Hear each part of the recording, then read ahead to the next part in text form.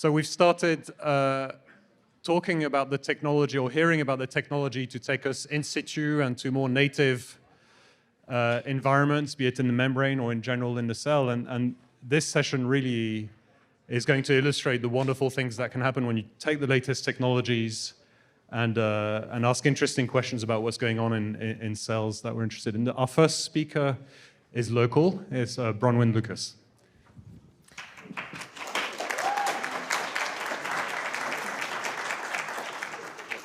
Alrighty, thank you, Alexis, for the introduction, and thank you to the organizers for including me. I feel incredibly privileged to be starting my lab here at Berkeley.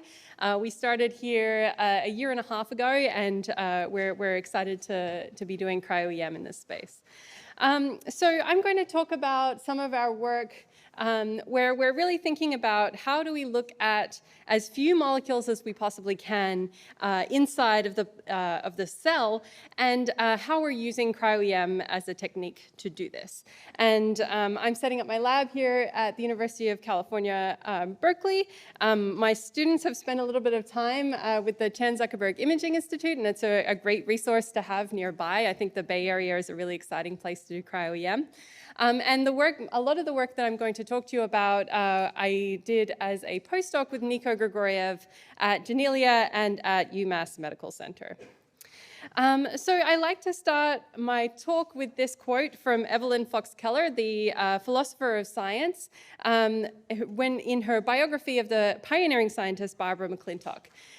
She wrote this in 1983, that the molecular revolution of biology was a triumph of the kind of science represented by classical physics. Now the necessary next step seems to be a reincorporation of the naturalist's approach, an approach that does not lead nature with leading questions, but dwells patiently in the variety and complexity of organisms.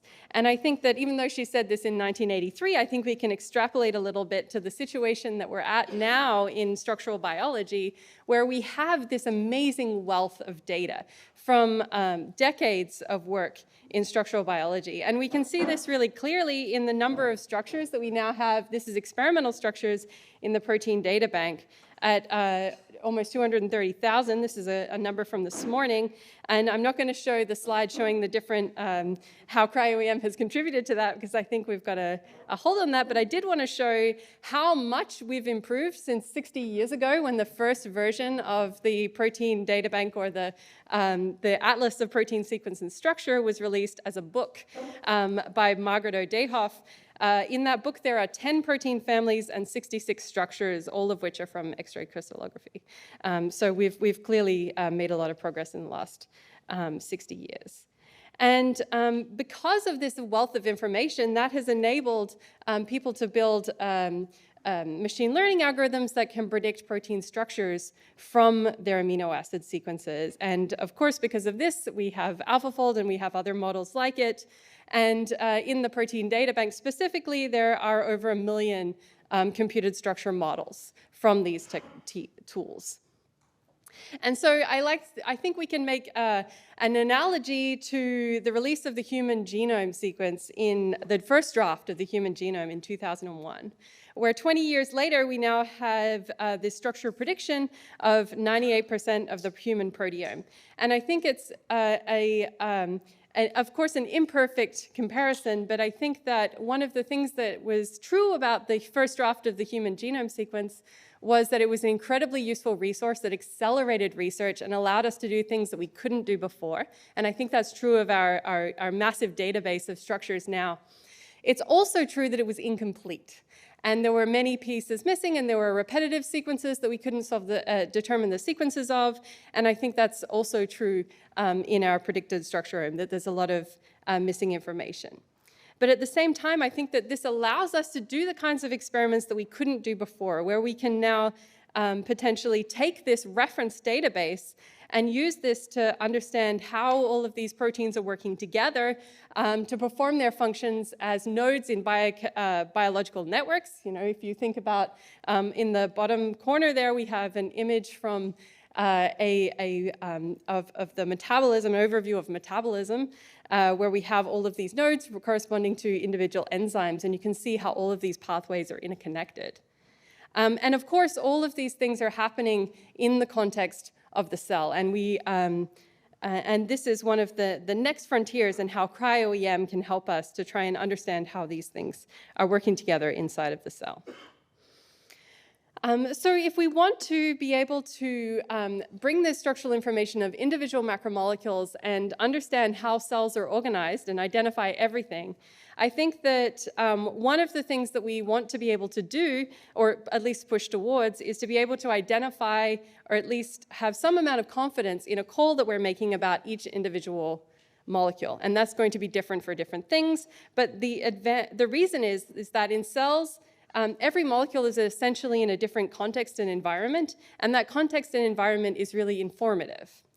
And for example, if we look at this particular image from David Goodsall, we have two ribosomes here. One is next to a microtubule, and the other is next to this actin filament. What's different about these two instances?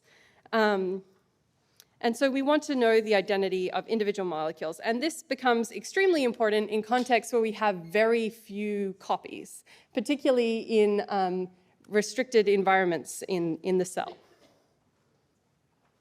And Cryo EM is a potentially really powerful tool for this. This has already been introduced because we can generate atomic resolution views of the cell.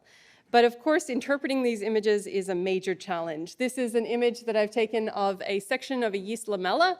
We can see here we have a region of the cell corresponding to the vacuole. You can see the double membrane here, a little wedge of cytoplasm, and we've got the double membrane here of the nuclear envelope and the nucleus here. But you can also see that it's very difficult to read any information out of this. It all looks very, very difficult to interpret. And one of the reasons for this is that the amount of dose that we can apply to our sample, or the number of electrons that we can use, is constrained by radiation damage. This is a little video that Nico put together showing how the signal in this particular, in the rotavirus VP6 associated with their 2015 paper, how this density is decreasing in quality as you increase the electron exposure. And so that really limits us to lower doses, of course, and this has been brought up several times.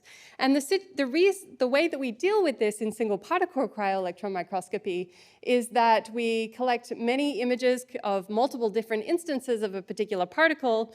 We average those together to get 3D densities, and then we try to get as high a resolution as possible so that we can fit atomic models, and we can figure out what the protein actually looked like, effectively increasing the dose that we're using by having multiple different copies exposed with lower numbers of electrons.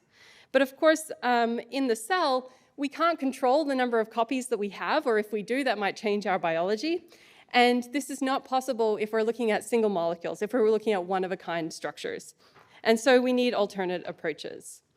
And this was introduced, the idea of visual proteomics was introduced by the Baumeister lab in the early 2000s, where the idea is that you could take, rather than doing reconstructions, identifying particles and doing reconstructions, you could take the genome and the proteome and you could make a library of all of the proteins in the cell, essentially, where they are simulated to match what you expect the molecules to look like, considering your imaging conditions. And you can perform template matching and identify the locations of these proteins in your tomogram by cross-correlation. And then you can map this to get an overview of where all the proteins are. But the challenge with this is that in tomography, the resolution that we have in that raw tomogram is limited. And this means that the assignment of different molecules can be more ambiguous on an individual molecule level. And so the approach that we've been using is an approach we called 2D template matching.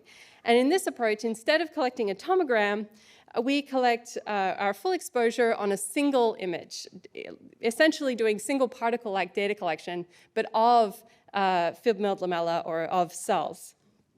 And this was initially demonstrated in a proof of principle paper from Peter Rickgauer, who is working with a postdoc working with Nico Grigoriev and Winifred Denk.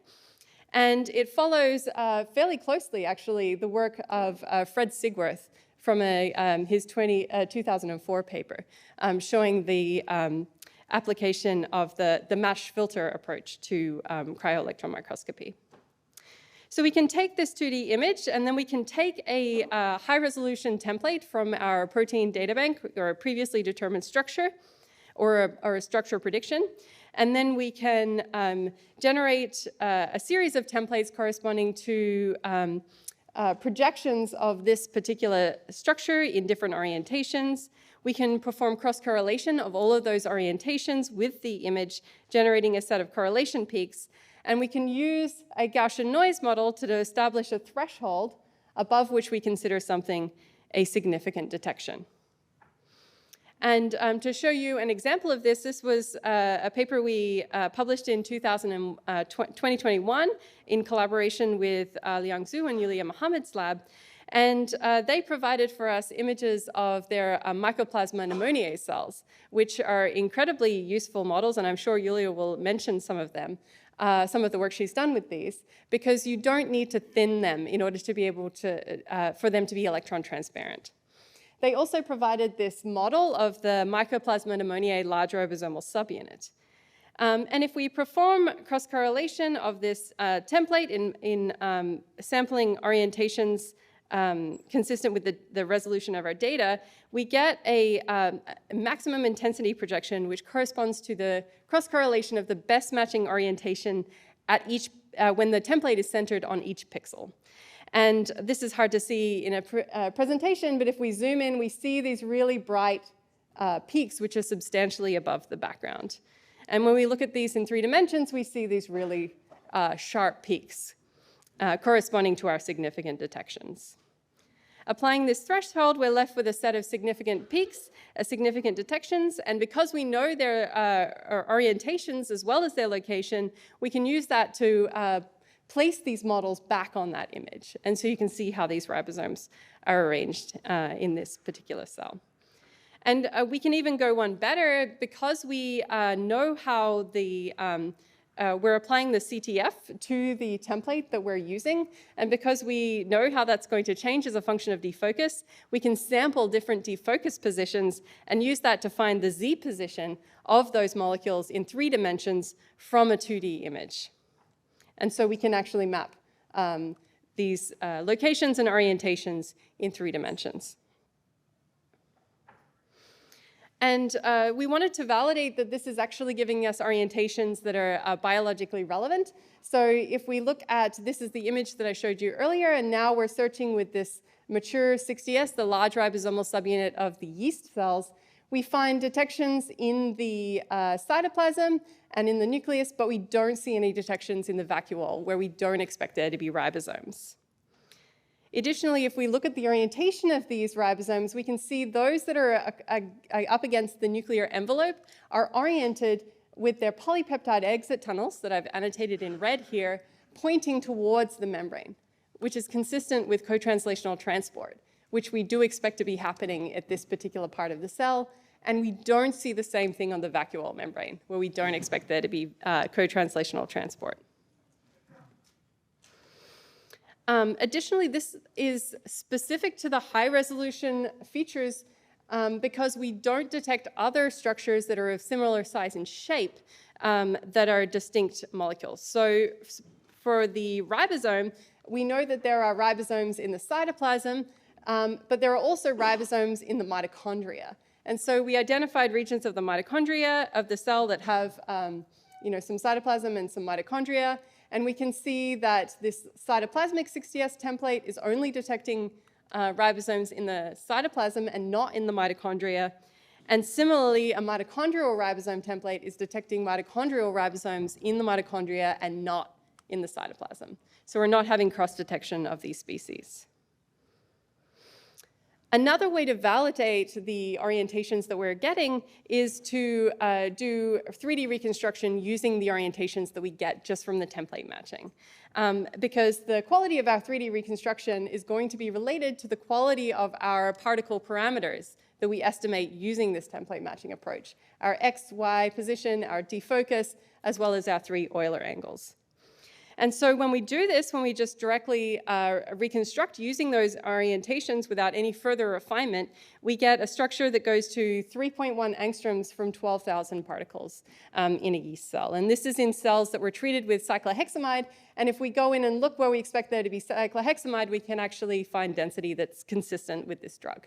So we can see drug binding inside cells to this ribosome using 12,000 particles. Additionally, I was talking about how we wanted to have single molecule identification. And we had found detections using this mature 60S in the nucleus. And we don't expect there to be ribosomes in the nucleus. But when we searched using templates corresponding to intermediates of ribosome assembly, the early nuclear 60S and the late nuclear 60S, we found detections of all of these, and we were able to develop an approach that would allow us to classify with for each one of these molecules, the relative likelihood of more closely representing each one of these different intermediates. And you can see in this case, we've got almost all of the ribosomes that we detect in the cytoplasm are assigned to the cytoplasmic ribosome or the mature ribosome 60S class, and those in the nucleus are now assigned to one of the nuclear intermediate states. And because of the way that we do this, we actually can get probabilities for each one of these individual molecules, relative probabilities for each one of these individual molecules. And so we can look at this molecule, for example, and that's in the nucleus, and we can see that where the relative probability of being assigned to this state is much higher than either of these. So we can be quite confident in the assignment of this state, or at least the relative assignment of this state. While this molecule here, we have the assignment is, the relative probabilities are more similar between these two classes, and so the assignment of this state is more ambiguous. But because this is in the nucleus, we can be more confident that it's the nuclear intermediate than it is the mature. And so I think approaches like this are going to be very important, where rather than just saying, this molecule is this state, because every molecule in the cell is likely to be in a unique environment, or you might have a biological question that depends on the identity of a particular molecule, we want to have metrics that can tell us how confident we can be when we're interpreting our biology.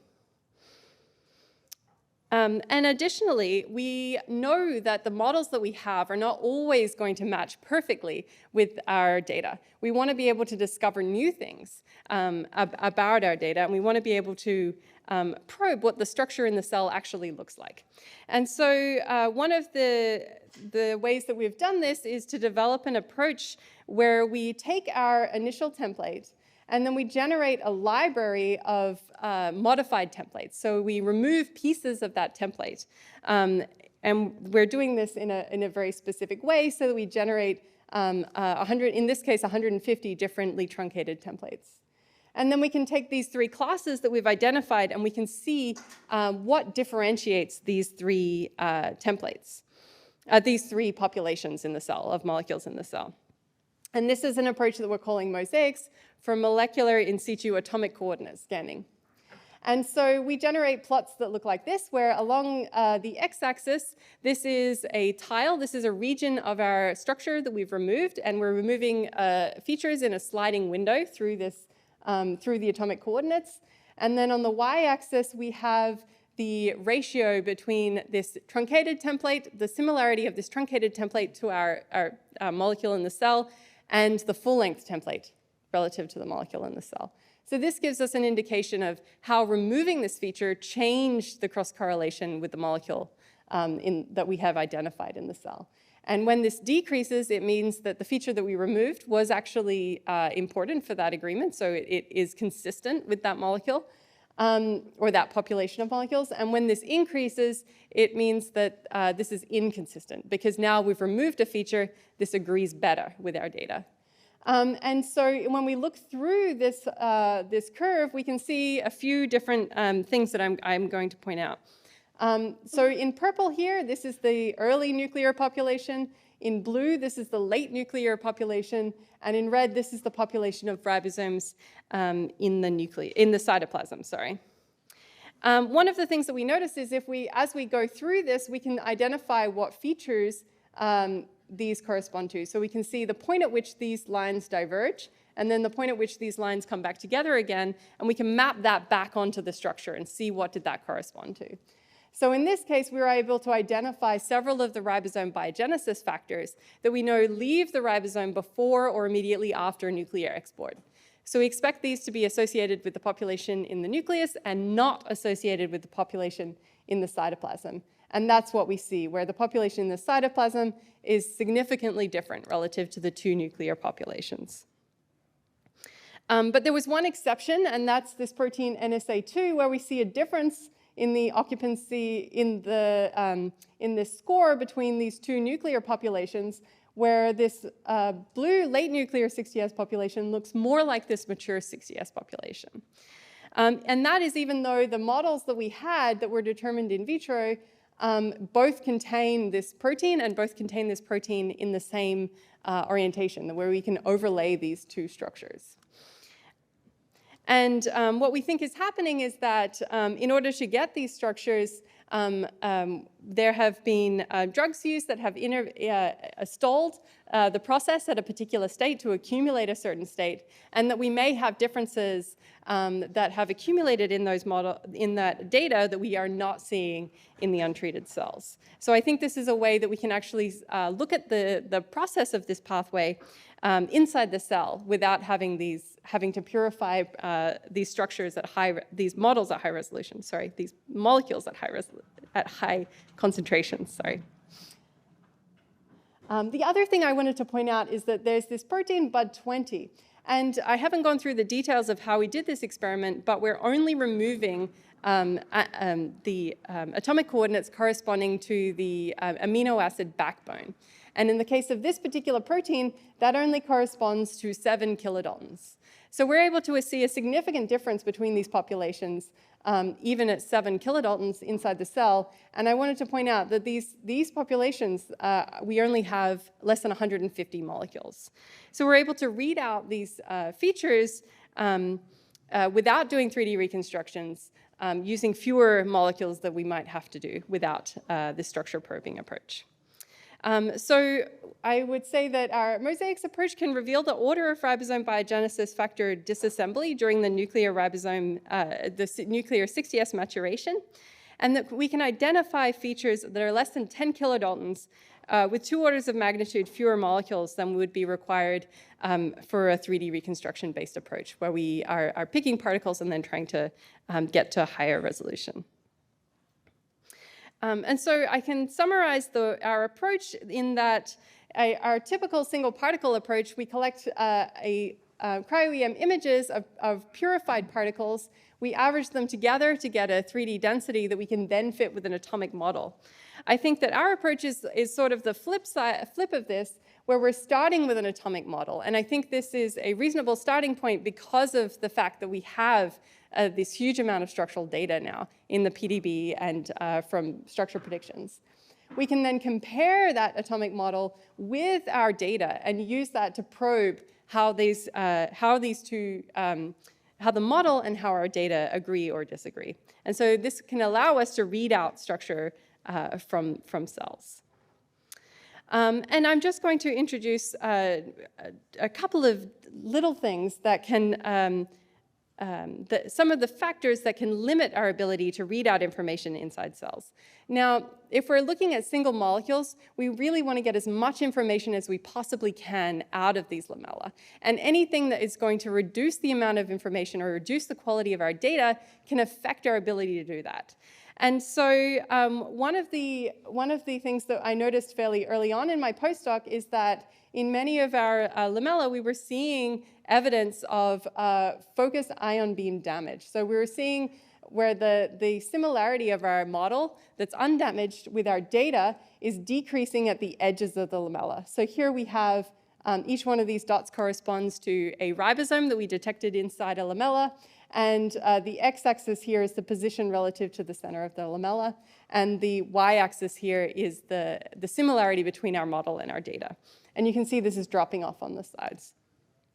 So we can use this to make a model of the focused ion beam damage by combining data from multiple different lamella.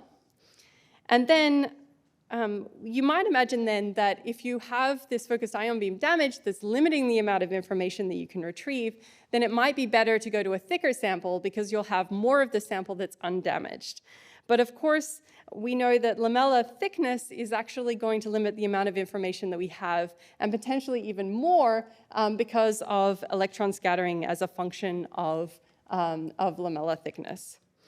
But we can make a model of the focused ion beam damage, how much we expect this to change our relative signal as a function of lamella thickness. And then if we take the product of these two, we get a function that gives us a maxima at around about 100 nanometers. So this can tell us a couple of things. One is that the yellow shaded area here shows us how much better we could get if we did not have fib milling damage. So the difference between this red line and this black line is caused by fib milling damage. And we can see that we have a optimal at around about 90 to 100 nanometers. So we're best off, the trade-off between fib milling damage and lamella thickness is achieved at about 100 nanometers. So one of the things that we're doing in the lab now is testing different methods for focused ion beam milling and trying to minimize this as much as possible. The other constraint that we have is that the sample size of the particle really limits our ability to detect things, where we're only able to detect things right now with an unconstrained search that are bigger than 300 kilodaltons. And I will wrap up by saying, what is it going to take for us to be able to expand to the structurome? We would really like to be able to do this for everything possible in the cell.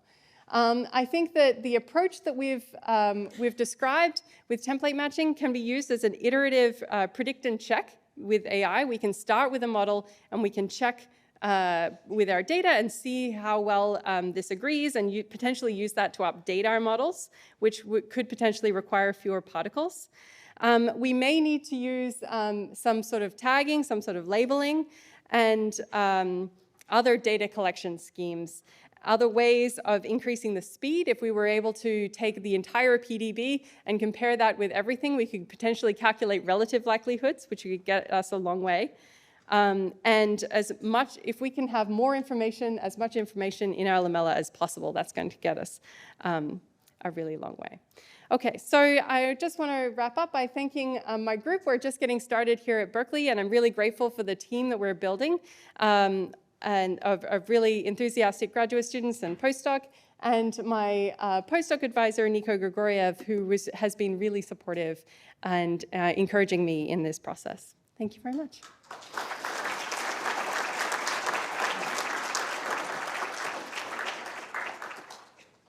We can take a quick question or two. Hi, Bronwyn, great stuff.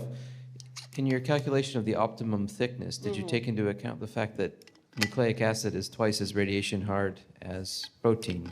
So is that just for ribosomes or for proteins in general? So this is actually using a measure of the mean free path that was calculated using ribosomes. So in this case, in terms of the radiation damage from the fib milling or from... Yeah, not the electron scattering, that's fine. Yeah. So the fib damage, so this is only from ribosome data. So I will say that we're extrapolating from the ribosome data. I don't expect there to be a difference because we don't see the features that are consistent with radiation damage. So we don't see the phosphodiester bonds are breaking first, for example, as a function of distance from the lamella surface. What I think is happening is that it's actually more of a collision damage. So you're actually like taking out parts of the molecule more than it is radiation damage per se. The other evidence for that is that we've tried using different B factors of our template to try and see if we see this flatten out at a higher B factor, and we don't see that. We still see these curves. And additionally, I've tried low-pass filtering the template and seeing if we can see at what resolution we're no longer seeing a difference, and we see a difference consistently across different resolutions. So I think we're just basically punching out a chunk of the ribosome. But whether that happens differently for nucleic acids and proteins, I don't know. Is the chunk that you're chopping out of the ribosome with the damage, is that at the top of the ribosome as it's closest to the outside of the lamella? You can orient them and say, yes. Oh, well, the top is missing because with the way it's pointed, we shaved off the top or the bottom. Yes, so we haven't seen evidence for, there just being like a part being shaved off because it's larger than the size of the ribosome, the damaged layer. So it could be that, the part closer to the surface is more damaged, so you have more of that removed relative to, on the other side. But that would be, we do have the orientations, but I think on an individual molecule level, it's hard to read out that kind of detail because it's going to be different for every one of those molecules. But we can look into that more. Excellent. Thanks again, Bronwyn. Thank you.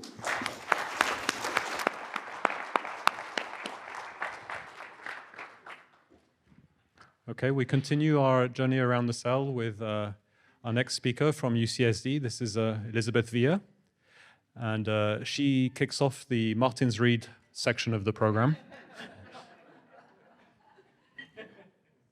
Cool. Yeah, thanks to the organizers for having me today. It is really an honor to celebrate the first 50 years of Cryo EM, and specifically Bob, although this is not a symposium about Bob. And I want to start with a slide that's sort of like I have a dream slide. Obviously, we've taken over structural biology. We're awesome.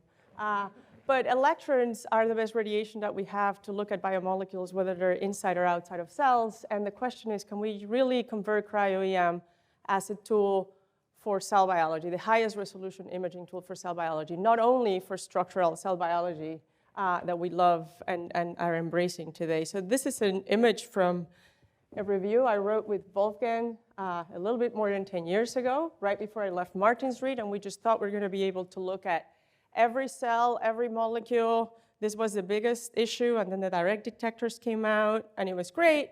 And so I started my lab. This is an image taken around 2015 with a super cool K2 camera, and obviously you should be able, if you squint, to see a lot of molecules. And we could do even at the time nice things like averages of nuclear pores and segment membranes. And with a lot of work, we even managed sometimes to sort of like annotate chromatin by hand. And so this was very promising, but really we all wanted to have the David Goodsell images. I sent this to him like at 4 in the morning once, sort of like, it just fits. I mean, he's amazing. So we want to be like David when we grow up. And so one of the things that was a little bit of a, junior faculty coming in the job market, we can do anything, is that in fact, if we were not working on CLAMI, we still needed to develop a lot of tools to be able to realize the potential of structural cell biology and cell biology. And since I'm in a UC, I don't care about what our incoming president thinks. I can talk about diversity. And we have a diversity problem in Cryo-EM or in cell Cryo-EM. It's like we're all looking at the same molecules. They're abundant, large, or somehow easy to detect. And then, of course, the entire rest of the proteome inside a mammalian cell most of the time is lost to us. And ideally, we are, as a field, developing tools where we can correlate light electron microscopy and having a probe that would span all of these orders of magnitude. And there's a lot of really great tags that are being developed. Here I only show some of the most popular tags that people have been developing in the last years, like fairy tag. I actually did not include David's, I forgot the name. No, you. The little tag that we were talking about earlier. Methylethionine, which I was remembering with Wolfgang, I wrote in my thesis, in my Marie Curie postdoctoral fellowship that I was going to use. And there's many others. Obviously, Peter Dahlberg and others are doing amazing stuff with correlative light and electron microscopy. But I had a Berkeley alum come to my lab, and she's amazing. Lindsay Young just took this idea that I said, we should try to expand, add more things, to to Cryo EM, we need things to look at small proteins, like every protein it feels is a 300 kilodalton globular protein, and they all kind of look the same. All transmembrane proteins are 7 helices and look the same in tomography, no offense. And so it would be possible to make a tag that's very, very small. It can access the entire cell, and it has minimal disruptions to the network of the cell. And the concern was, if we have genetically encoded tags, in order to take a look at them, if they're big, will they disrupt sometimes the very networks that we're trying to explore? And so for this, we decided to just go for an oldie but goodie. Gold has been king in EM for a very, very long time, and halo tags are all the rage. I mean, basically, if you want a cell line that has a halo tag for the protein that you like, probably someone has made it already or is in the process of making it. So halo tags, halo is a little protein that is covalently attached to your protein of interest, so very much like you do with GFP. And then there's a halo ligand that when it finds halo, it covalently links to it. So the idea was, can we just make a halo ligand instead of a fluorophore, which is something that everybody uses these days, because you can do a CRISPR knock-in with a halo tag, so you have the endogenous level of the protein in your cell, and everything is fantastic. And then have, instead of a fluorophore, like a Janelia fluorophore that are super bright and amazing, can we just put a gold tag in there and do this? So I'm going to show you the idea behind this with a movie that was made by Margot Ricci. Single molecule biophysicist Paul Selvin, who was Amit's PhD advisor, and I had this conversation more than 10 years ago about using this, a bacterial toxin, to reversibly permeabilize cells. And so let me show you how it goes. It's called streptolysin O. We just refer to it as SLO. And it basically will assemble in a membrane. It makes a big pore in the membrane. It's about 50 nanometers on average. And basically, through this pore, you can get anything you want inside the cell. In our case, we have a halo ligand with gold and a fluorescence dye. And you can see it goes and basically binds to ribosomes beautifully. I'll talk a little bit more about it. But importantly, it can also go into the nucleus, and you barely have no halo outside or no tag outside of the nucleus, because it goes and irreversibly binds to nanopore. Then with a calcium wash, you basically can make little vesicles that take away the SLO, and the cells are not permeabilized anymore. And so here I'll talk to you about the different tags that we can have. And then the idea is that you have the fluorescence signal, but also high resolution signal that you can directly look inside of your tomograms. And so SLO is great. It's been used by a lot of different people in a lot of different cell lines. As I said, it forms about 50 nanometer pores. It's a reversible permeabilization process. The cells divide, they're viable. The cells don't really die much more than before the treatment. The ultrastructure is maintained, and the cells can be further manipulated. You can divide them, you can do all sorts of things with them. Right, so the proof of principle that we chose, because we work in tomography, is our darling, beautiful ribosome. And the idea here is that we're gonna have a halo tag. This is to protein L29, which is a large subunit protein that's in the periphery, and it didn't really affect anything else. And you have a halo tag, a small gold nanoparticle, and an Alexa dye. And you can see over here that Lindsay basically tries to get it into cells. So on the left is DAPI, so that's just showing you where the nucleus is. On the first one is a control. The second one is the Janelia fluorophore that diffuses into a cell. So you can see it diffuses into the cell, and it stays in the cytoplasm really nicely. And this is the halo nanogold. So now you're seeing the signal, the red signal from the Alexa dye. And it also basically goes in every cell. And I'll show you a little bit more about this later.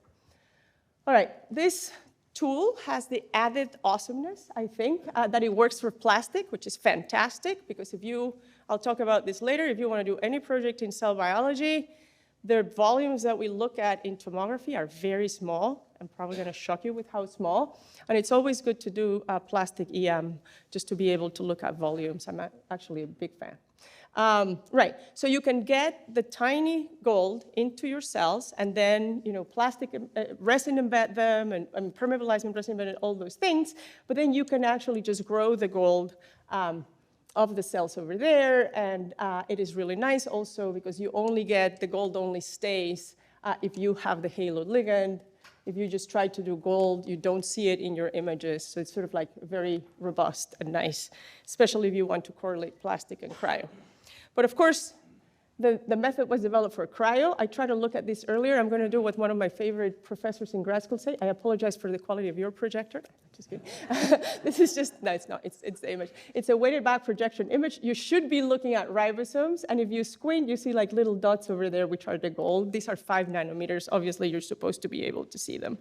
Right. So you see over there, there's like a little, this is a deconvolved, that's the ribosome with a little tag. This is basically what you should be expecting just based on the distance. And so they look very nicely. They have a ball attached to them. So all that was very satisfying. If you use halo with a protein, the efficiency is basically 100%, so you can discard that. Lindsay's right now trying to figure out how much gold goes in, and I'll talk a little bit about that. But the efficiency seems to be very, very high. Here's, again, the weighted back projection. You see the gold, if you deconvolve it, if you normalize it. So all of that is good. And so then Lindsay went and found a lot of different ribosomes and then averaged them. And she got a gold bead, because, of course, this drives the alignment. And so that was, in fact, useful, because when Lives gives you lemons, you make lemonade. Lindsay then had to remove the density of the gold, and she didn't do it by masking, because until you align, you can't know where you're supposed to mask. So what she did is just basically look at threshold of high pixels and basically just randomize those pixels and then be able to do the average and then replace by the original image so you don't lose pixels from the ribosomes. But basically, she then quantified what was the distance between the gold and the ribosome, and it was about what she expected, which was great. And so this was very good, and we were very happy with this. And you can do a high-resolution average of the ribosome in this way and all the things that you need. And now, 5 nanometers is large. We're trying to look at proteins that are about that size. And so Lindsay started to think about how low can we go in terms of ribosome. A lot of these tags can be multivalent. You want to have monovalent tags, so like only one gold particle and then one attachment to them, because if you have many, you can curve membranes or oligomerize things that are not supposed to be oligomerized. 1.4 nanometer gold can be made super precisely. We can get companies to conjugate it to all sorts of different things. I'll talk about that a little later. So Lindsay wanted to see, can I detect 1.4 nanometer gold? So the first test, which was also fun, was to try to get the 4 nanometer gold into cells. You can see over here that it basically virtually goes into every cell with a slow treatment, which is really nice because you don't have to go around in the fib and pick the cell that might or might not have it, because we've done probably a lot of people here projects where you have one every I don't know how many cells that got transfected or have the phenotype that you're looking for. We can do fluorescence microscopy on this inside the fib, look at the cells that have it and where they have it, make lamellas, go to the TEM, take tomograms. You can see like little gold over there, hopefully. Again, this movie is probably not going to do, but if you squint, you'll be able to see little gold particles, sort of like to show the raw data in a lot of different places. This should say 25 nanometers. I'm sorry. I'm big on scale bars. Right. So same thing as before. You can see that with 1.4, you still see this directly in the tomograms. And also, if you just normalize a weighted back projection, you kind of see it over there. And I'm going to talk to you about this later. We need better methods to just pick out the gold and then look for particles in the proximity and average them. But we are confident that this is going to work. So we're very excited about this. And it's just a treatment that you do to your cells. Anybody can do it. Other people in my lab are doing this now. And a lot of people have contacted us about it, and they seem to be working out. Okay, so we want to apply this targeting system not to the ribosome, but to a challenging target. I'm only going to show you one example today. Just chromatin. We can see chromatin. We're all very excited. We are fulfilling Jacques Dubochet's dream and a lot of other people's dream to be able to look at single nucleosomes and segment them and look at their relative orientation. But histone variability is insane, right? And every histone can have different epigenetic markers or things like that that really give the cell a different functionality. You lose a histone, you don't have laminin-associated domains, and all sorts of different things, and there's all of them. And the real problem is that if you look at the structures of all of these histones that have been solved, the RMSD is about 1 angstrom for the backbone. So I hope template matching one day will allow us to see these differences, but while that happens, which might not be soon, I think it would be really nice, because where these histones are, how many of them, et cetera, really, really determines a lot of things on the fate of the cell. So we decided to look for someone who had a different histone, or an interesting histone to look at. And so we decided to do macro H2A. So basically it's a histone fold, and it has a little, not so little macro domain next to it. And then Antonio Giraldes, who's a fantastic human, and our collaborator in Yale, and Alice Sherrard, who's a really talented postdoc in his lab, had a halo tag for this kind of histone. And this histone is actually really important because it's, oh, there it goes. It's enriched in the boundary, so it's always sort of like close to lamina, or it's enriched in these lamina-associated domains. And if you knock it out, you actually don't have lamina-associated domains. I'm going to try really hard not to talk about biology, but this is a big deal for nuclear biology. So the idea here is, even if we can annotate our data in this way, how can we tell apart if it's an H2A or a macro H2A from a tomogram? And the hope is that by basically adding this little halo tag and our little bead, we are actually able to see this in the cell. And there's a lot of really interesting questions that, again, I'm not going to talk about today, but like just how abundant is macro H2A in the nucleus? Is it all together in a bunch or just interspersed around? How many, and then this is an interesting one, how many histones, you have 8 histones in the nucleosomes, how many histones are macro H2A for that nucleosome to count as a macro H2A nucleosome capable of doing all the things I told you? Right, so Lindsay then prepared this construct. As again, the halo tag was provided by the Giraldes lab, and then she just used Alexa 594 with 1.4 nanometers, and you can see it beautifully enters the cell, just like the Janelia fluorophore, and stays there. She can again use this for fibrillating, and then basically start looking at these little dots around macro H2A, and then you can see in the subtomogram that you see the gold very clearly. And again, the subtomogram analysis just out of the box will give you a beautiful gold particle. And so then we were ready to start analyzing this in the context of all of the nucleus and chromatin. And for that, I'm going to take a little detour to talk to you about chromatin. When I started my lab, I had a couple of questions that were related to chromatin. And as I said, it was actually a super hard problem, also because just finding the right locus and the right thing in the cell is just like not for the faint of heart. But at some point, about 3 years ago, Mike Rosen contacted me and said, you know, we want to study in vitro chromatin. You know the composition perfectly. You know the distance between the nucleosomes. And I thought, this is a killer project.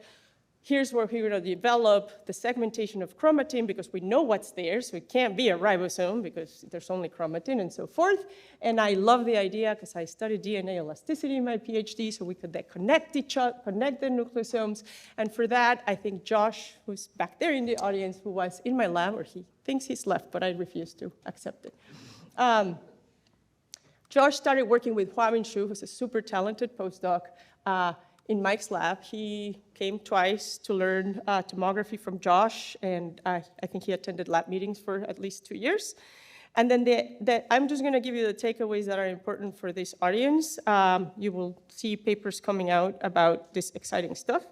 The 2 takeaways of studying with them is that if you want to study condensates in vitro, blotting is horrible. It flattens them out. It changes the internal density compared to what you can see in fluorescence. Even with a chameleon, it was not pretty. The surface tension is completely gone, so like the drops are not happy. And so we ended up having to use, Huawei kept going to Janelia to use the facility to really high pressure freeze and fib mill, which is the worst thing to do. But just in a soapbox, from Mike's behalf, condensates are important in vitro to use with high pressure freezing, or just do them inside cells. And the second takeaway from this one is that it's actually hard, and we actually found this for ribosomes, it's actually hard to say this ribosome is a ribosome, or this thing is a ribosome, always, right? So we throw away, when we do structural cell biology, we throw away so many particles, even inside cells, what we know is not the air-water interface or anything like that. So it's not easy to quantify things just based on tomography. We should be able to. I leave it to this audience to have discussions about it. And part of it is the missing wedge. I mean, mostly, I think our biggest hindrance in our case was the missing wedge, where if you have 2 nucleosomes that are stacked, the template matching would like allow you to put them like this or like this, and you won't really be able to see the difference. It's really not trivial.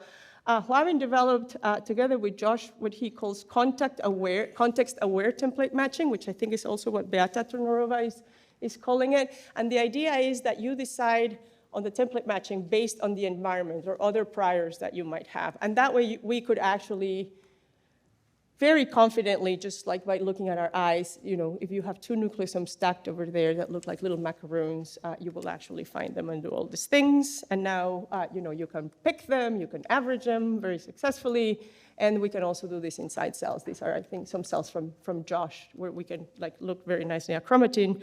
And we're collaborating with Rosana called Pardo Guevara, who's in Oxford, also Mexican, in trying to do molecular dynamics of these things, just to figure out all the connectivity and the dynamics of these condensates, but also inside cells. All right, so once we at least could segment nucleosomes, we went to Lindsay's problem and say how many macro H2A histones can be incorporated in one. In vitro data suggested that out of the 8 histones, only 1 would be macro H2A, but for some reason it was not really easy to do this purifying them from cells. And so Lindsay basically went out to do that, and she showed every single time she saw a macro H2A, there was only 1 gold particle. So we're pretty confident that that's the case. And again, now she can go and look at the locations of macro H2A, which are yellow in here with respect to nuclear lamina and other chromatin in the cell. And again, I'm not going to talk about biology today, but that was very exciting for us. How to say, Lindsay had to do a lot of work to be able to, you're all going to ask me, how about non-specific binding of gold everywhere in the cell? She did her best to do this. She used a method that actually comes from Tijan and Xavier Darsak's labs over here, where they have some CHO cells and their favorite protein, which is CTCF. And basically they use it as a ruler to quantify using FACS and other methods. You basically fluorescently tag the cells and then look at the fluorescence of CTCF and normalize whatever your protein of interest is against that one. And then you can find out how many copies of your cell exist, or how many copies of your protein exist in that particular cell line. And then Lindsay basically does a gold titration to try to figure out how much gold is getting incorporated in the cell, and then matches those two numbers. So to at least the first order approximation, you have as much gold as particles inside your system.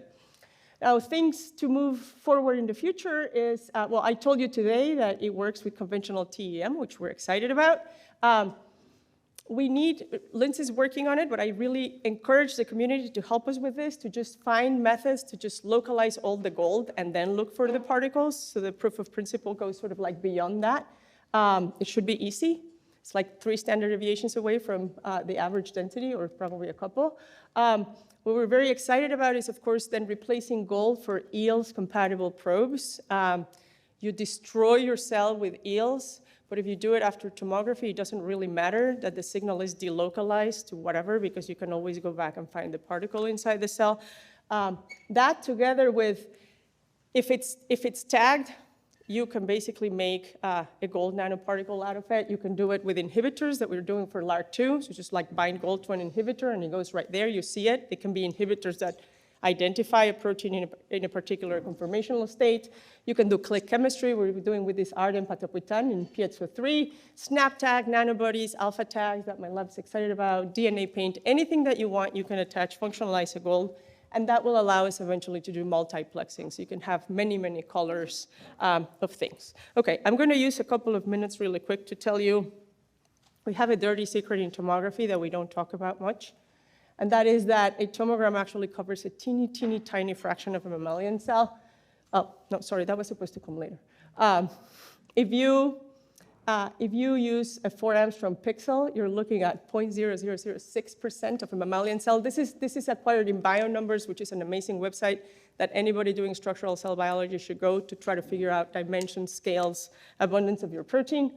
So you have 100,000 cubic microns in a cell, and you get about half if you use a 4 Angstrom pixel. The tomograms we all love taking these days at very high resolution gives you this much of a cell. To get an entire cell covered by cryo-electron tomography at high resolution, here you'll need 1,600 tomograms, and here you need 1,000,000 tomograms. And so that brings me back to plastic is fantastic.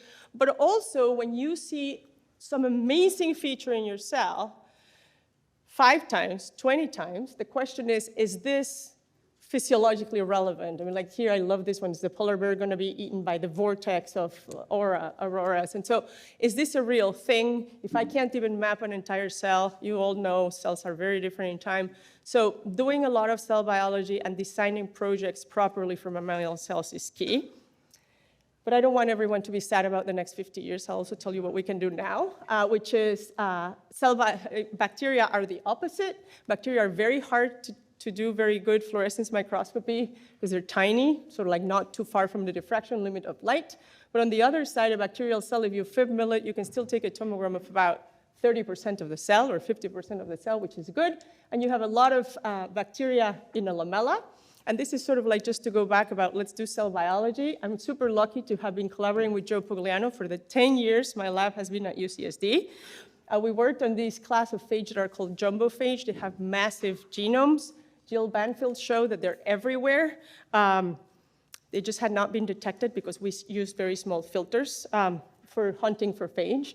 In San Diego alone, we've seen them in the gut of newborn babies, in sea aerosol spray, in cheese, and all sorts of other places. They're really large. This is T4, which is considered a large phage. Tom in my lab always says ribosome for scale, so there you are. And not my lab. He's also here.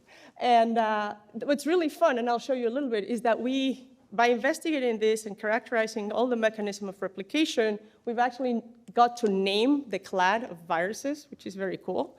This is the name. Chimali is an Aztec shield that the warriors brought into battle. But using tomography as a hypothesis-driving tool, and sometimes hypothesis-proving tool, and combining it with other methods, we've managed to see that this phage produces a protein compartment that acts exactly as a eukaryotic nucleus. There's filaments that look like microtubules that rotate that nucleus to bring and accommodate phage so that they can get their DNA. And recently, and super excitingly, a second organelle that's phage-derived that basically has a single genome inside, exports mRNA, translates the proteins, and it's just like crazy stuff. And so in summary, I think tomography is ideal for both as a hypothesis-generating tool. I always say we generate more questions than answers, but that's good because we're biophysicists and can do other methods as well, but also as a scaffolding method for integrative cell biology that some people have shown beautifully. I just want to say back into this phage, I'm a physicist by training, computational biophysics in my PhD, and now we're trying to engineer phage in order to combat antibiotic-resistant infections with a fantastic team. We're trying to broaden their host recognition. We're actually making amazing strides. It's humbling and super fun to be able to talk about these things, and I really think that a lot of these discoveries initially were in part possible for tomography. I have one picture of Bob, or 2 pictures of Bob. This was just a particularly nice event that I was just super fortunate, and still unclear to me why I was invited to talk at a Seaboard Symposium where Bob and Richard got the Seaboard Medal. And that was really, really special. But also I want to show you one quote from Bob, which is actually, I think, from a year before, where I was telling him one idea of how to freeze cells in microfluidic devices, and he said, I have a slide describing how not to freeze samples. I'm not sure if it's on my laptop or in my head, but that idea of yours is definitely on that slide. So I want to say Bob has been generous with his time, encouraging. He's just a force for good in Cryo EM, and it is just so wonderful to not celebrate him today here together. And with that, I'd like to thank you very much for your attention.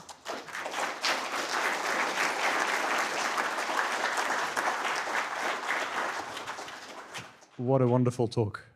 Thank you. We can take 1 or 2 questions while Juliet gets set up. Can you talk a bit about if and when the gold labels get that small, let's say 1 nanometer, great for some reasons, but for localization of your targets? I mean, you can see them by eye. We haven't really gotten a lot into finding them unreliably. Like, that's what you want. You want to first find the gold and then find the particle. It's work in progress. It's fine for 5 and 3, but I'm trusting the field to be able to massage the data in order to find them and then go back. So I think at this point, we are very happy about the tool. There's a lot of improvements, and I hope people jump into it and bring it home. Elizabeth, fantastic talk. And you said there is a need for more diversity in the things that we image in Cryo EM. So what would be the next 2 or 3 things that you want to image? Oh, God, we would like to image less things at this point in the lab. Well, one thing, for example, that's exciting in my lab is we've been working in LAR2. It's very, very low at endogenous levels. Only with overexpression or things like that we can see it. We think the gold might help, but there still is going to be, conformational changes and things like that. It's still going to be a little bit of a challenge. So better contrast will be amazing. As I said, we're working on working on laminin-associated domain with chromatin. Josh tried for many years to look at link complexes that are in the nuclear envelope, and those contrasts would be magical for. I just don't want to make the list of how easily distracted I am, but yeah. So there's a lot of. I think the sky is the limit as long as we can have enough contrast to identify molecules or tags to initially find them. Let's thank Elizabeth once more.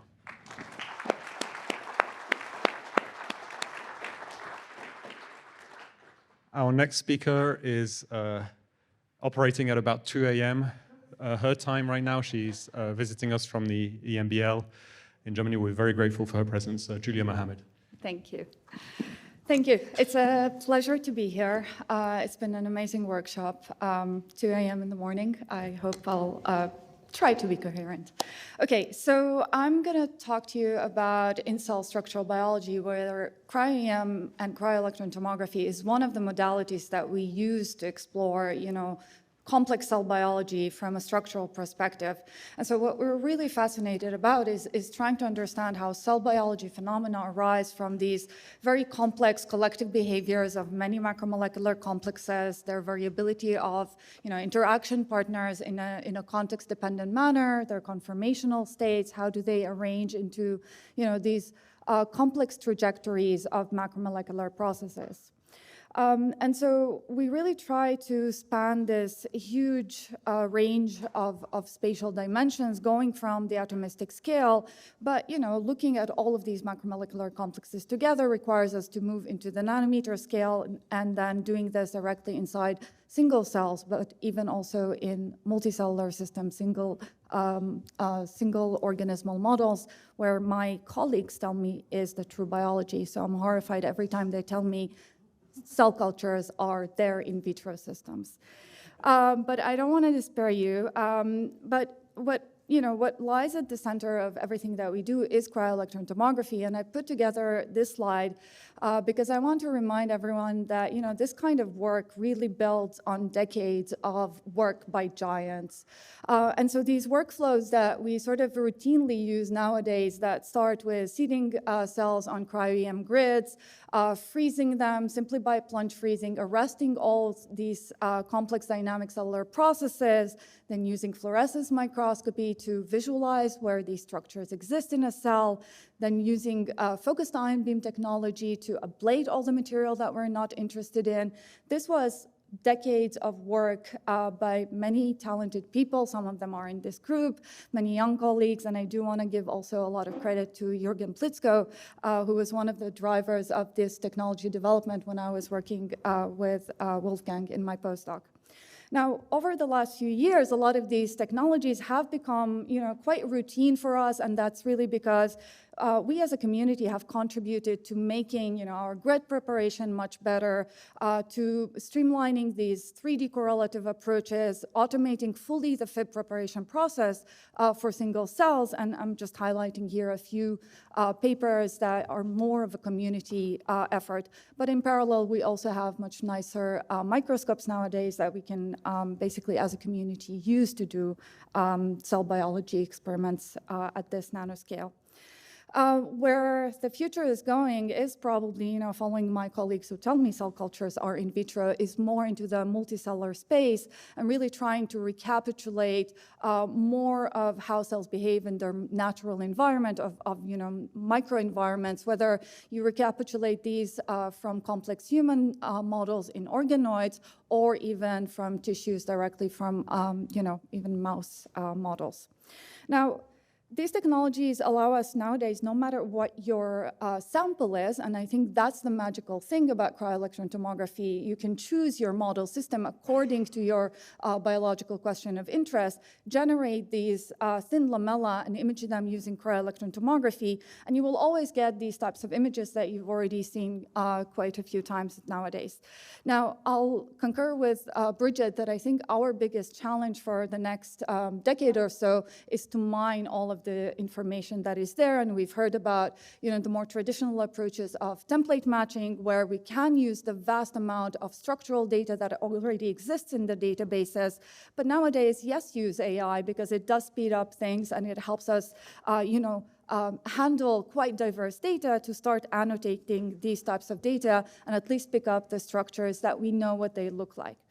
Now, for many of us working on macromolecular complexes of known structures, such as all the ribosomes that are annotated here in yellow, what we would typically do, in analogy to single particle cryo-electron microscopy, is take all of these instances, average them to increase the signal to noise, increase the resolution, and this is how we end up, going from this realm of quite low resolution in our raw data, where we have been talking about anywhere between 50 to 20 angstroms in the raw data, down to the realm of real structural biology.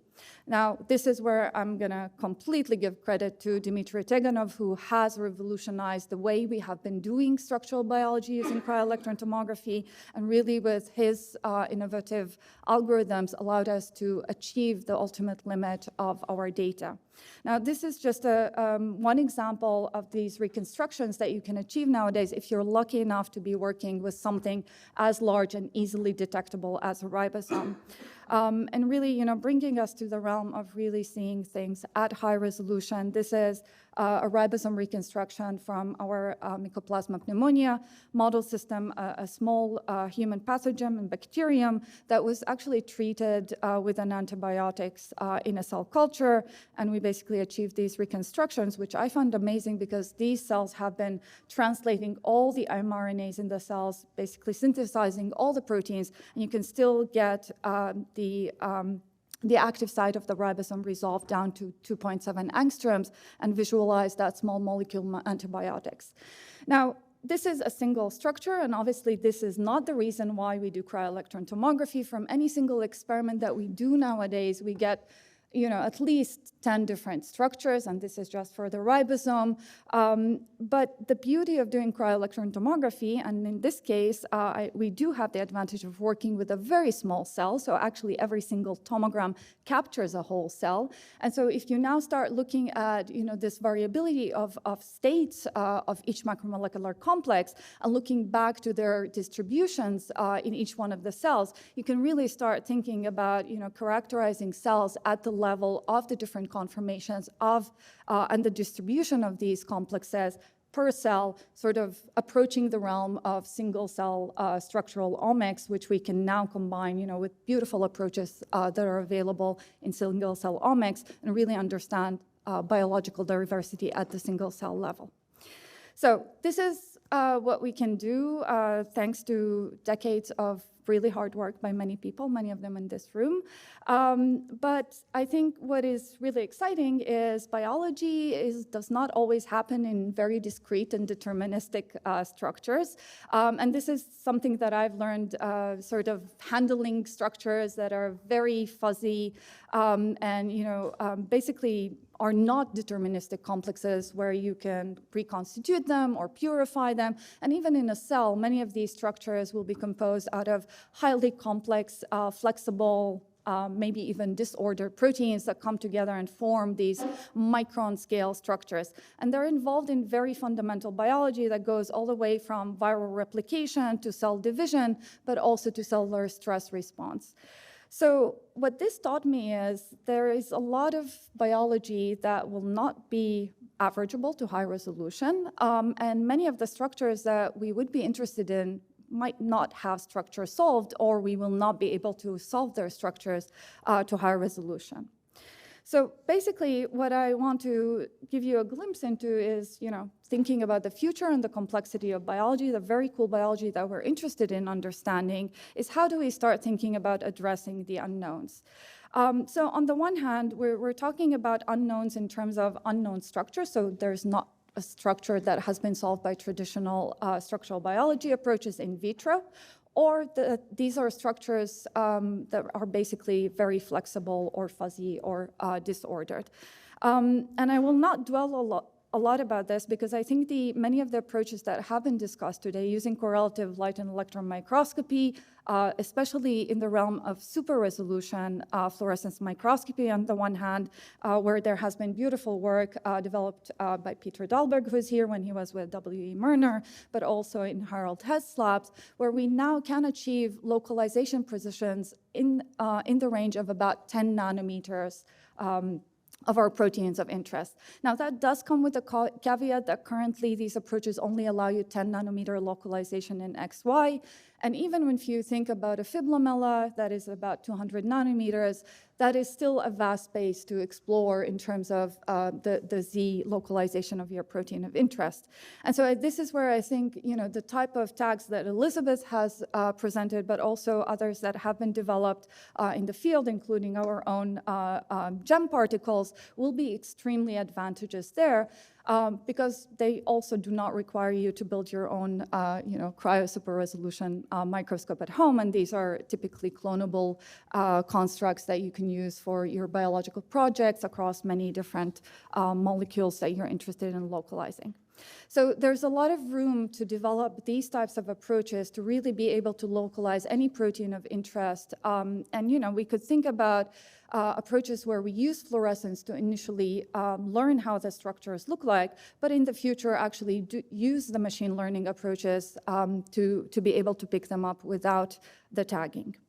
What I do want to spend a few minutes to talk about is the vast space of genes with unknown and uncharacterized functions.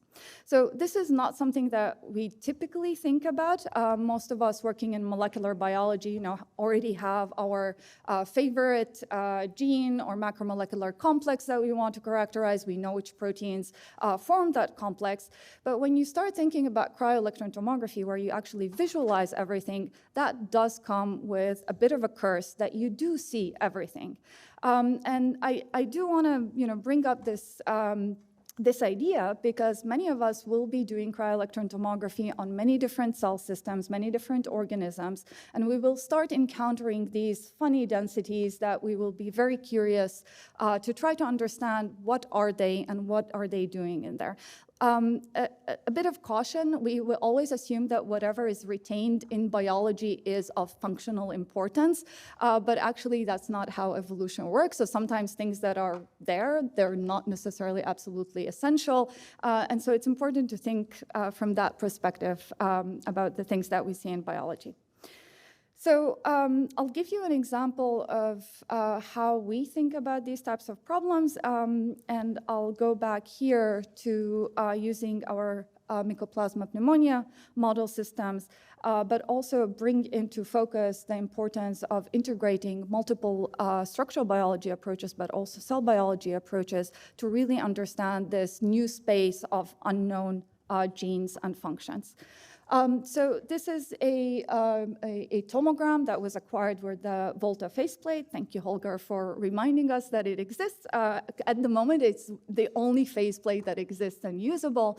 And we actually do like to use it whenever we start exploring a new cell model, because it actually allows you to see what is there without going through too much processing. This specific one was also denoised with new machine learning algorithms that are based on the noise-to-noise models, and I just find it quite outstanding that you can see every single macromolecular complex in this little cell captured in a tomogram captured at about 1.3 angstroms per pixel. So the data is good enough because these cells are extremely thin. We're talking about 150 nanometers on average of these cells. The whole cell is captured, and the data quality is such that we can actually see the naked DNA of this little bacterium. And we're excited to think about the ability to characterize genome organization using this type of data and actual segmentation of the genome. So we can visualize all of these macromolecular complexes, but for many of them, we might not be able to achieve high resolution. And so this is where we have to start thinking about integrating orthogonal methods. And this is a beautiful work that we've done and published already in 2020 together with Yuri Rapselber, who in parallel to our amazing developments in cryo-electron microscopy has been developing also quite advanced and sophisticated workflows to do proteomics, and specifically cross-linking proteomics directly inside cells. So the reason we like Mycoplasma is not just because it's small and thin, but it's actually also highly genome reduced. So we're talking about 700 genes. 500 of those are typically expressed in a cell. And this reduced complexity of a cell is what allowed Yuri and his team to generate a whole cell cross-linking map. Now, this is important because cross-linking doesn't just tell you which two proteins interact in a cell, but it also tells you something about the topography of their interactions because the cross-links are binary. They happen between one amino acid in one protein to another one on a different protein. And that is exactly the type of information that we used to use in integrative structural modeling before the resolution revolution in single-particle Cryo EM. So this was the first time that we were able to do this with data that was generated directly inside cells and basically use the combination of quite medium resolution reconstructions from the cryo-electron tomography data and a homology modeling to actually using the cross-linking to do then integrative modeling to generate basically an atomic model of this extremely transient complex that you cannot even purify from a cell that captures an RNA polymerase that is transcribing on the DNA, and basically the nascent RNA goes directly into the ribosome and is being translated into protein. So basically this complex that captures the central dogma of life. And now we've learned a lot on how to do these types of integrative structural experiments from in-cell data, and this is what now allows us to start, tackling the next complexity in a cell. Basically, this little bacterium allows us to look at all macromolecular complexes involved in gene expression, going from transcription, translation, folding, degradation. All of these highly conserved machineries exist there, but this huge complementary data that we have from cross-linking, but also a lot of mutation libraries that we have that gives us a lot of biological information, allows us now to start exploring macromolecular complexes of unknown genes and functions.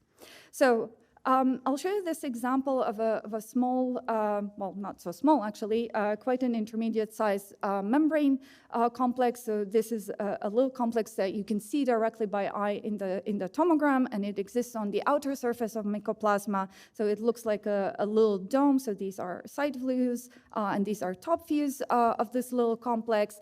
And we simply got curious about this because these are the types of data that we generated ribosome reconstructions of about 3.4 angstroms from. And we were wondering, can we actually now achieve the same resolution for any complex that we have in a cell? So I'll be talking a bit about the caveats that we also have doing structural analysis with cryo-electron tomography.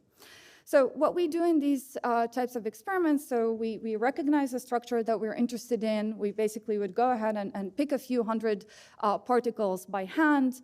That then allows us to generate an initial model. That initial model could be fed then into template matching. That allows us then to generate an initial data set for training. And all of this does take time. So all of this whole experiment that I'm going to be telling you about is actually an exploration that took us 3 years to get to, and really screams to we need to do this better, but also learn from how we're doing it right now to think about how we do this better in the future. So we feed these initial picks into our neural networks to be able to detect more particles, go into classifications, refinements, retrain our models, because we really care about picking every single particle that we have in the tomogram, and we don't want to be throwing out particles just to be able to get to high resolution. I think that's a major point to take from doing cryo-electron tomography in situ, to be able to describe the complexity of a cell in a comprehensive manner. Now, eventually, after multiple iterations of these things, we managed to achieve a reconstruction at quite a moderate resolution of 13 angstroms. Again, this is from the same data and about the same number of particles that we needed for the ribosomes. And this just goes to tell you that complexes in a cell will breathe and function. And so it's not the fault of the data, and it's not the fault of the imaging or the processing. It's just biology that is quite heterogeneous and flexible. Now, we achieved this, sorry, I'm going to run this again. We achieved this reconstruction where you can nicely see the membrane bilayer. You can see that extracellular dome structure, transmembrane structures, but also an intracellular density. And when this thing rotates, you will see that this dome structure has a pseudo threefold symmetry to it. Now, at this point, we got curious about what this is, and we couldn't find any indications in the literature of anything that has been described before. And this is where our exploration of uncharacterized structures begin. Now, the beauty of tomography is it doesn't only give you these types of maps, but it also gives you a lot of context to allow you then to design experiments that to answer the questions that we're interested in. And so here, we basically designed a targeted proteomics experiments to basically using proteases to shave off all the proteins from the surface so that we enrich for candidates that exist on the surface of mycoplasma. We apply this to mass spectrometry experiments, and to our horror, we got about 200 different candidates that could explain this density on the outer surface of mycoplasma. Most of them were completely uncharacterized at the time, so we couldn't even think about how do we start solving the problem. Lucky enough, this is when AlphaFold 2 came out, and this, I think, is an outstanding tool for us to use for exploration in cell structural biology. So we were able then to fold all of these 200 candidates and go into a systematic fitting of all of these candidates into our density map, and we were lucky enough to actually find 3 proteins that fitted well into the density at a high enough cross-correlation and also had large enough molecular weights. We go into our integrative modeling experiment and basically use the crosslinks to now generate a full atomic model, and the crosslinks indeed could be explained only by a single configuration of all these proteins together. And it's very important to validate this. So looking back at the proteomics data that we have, we could also validate that the 3 proteins which are actually extremely similar and quite homologous to each other, are expressed in these cells at equivalent levels, and they're all essential. So this complex could not be formed from a single one of these proteins, and you really need all 3. All of these proteins were previously uncharacterized, so we can assign now, the genes to what they actually correspond to. And then comes the big question of what do they do functionally? Now, obviously, bioinformatics analysis can give you some information if you look at conservation of amino acids. And indeed, we could find amino acids that were implicated in protein folding. But actually, the biggest hint comes from the cross-linking data, where we could see a really nice cross-links to the SECDF machinery. Now, with this new information, we could actually go back to our cryo-electron tomography data and explore it from that perspective. So we had data where we have stalled ribosomes with antibiotics, like I showed you before. And indeed, when we look at these data and we reconstruct now these dome structures, we can get this beautiful density of a ribosome associated to the plasma membrane and to the dome structure in the extracellular space. We were able to resolve this structure, of the ribosome to 8 angstrom, and at this resolution, it's sufficient to see that the nascent peptide density aligns perfectly with what you would expect the channel of the sec translocon, and there is very clear density going into this little dome on the extracellular space, which we now basically suggest is a little protein folding chamber, almost a chaperone that was evolved in Mycoplasma pneumonia. Now, this is quite interesting because we started with this very unknown density that we were just curious about. We ended up finding would genes give rise to this complex.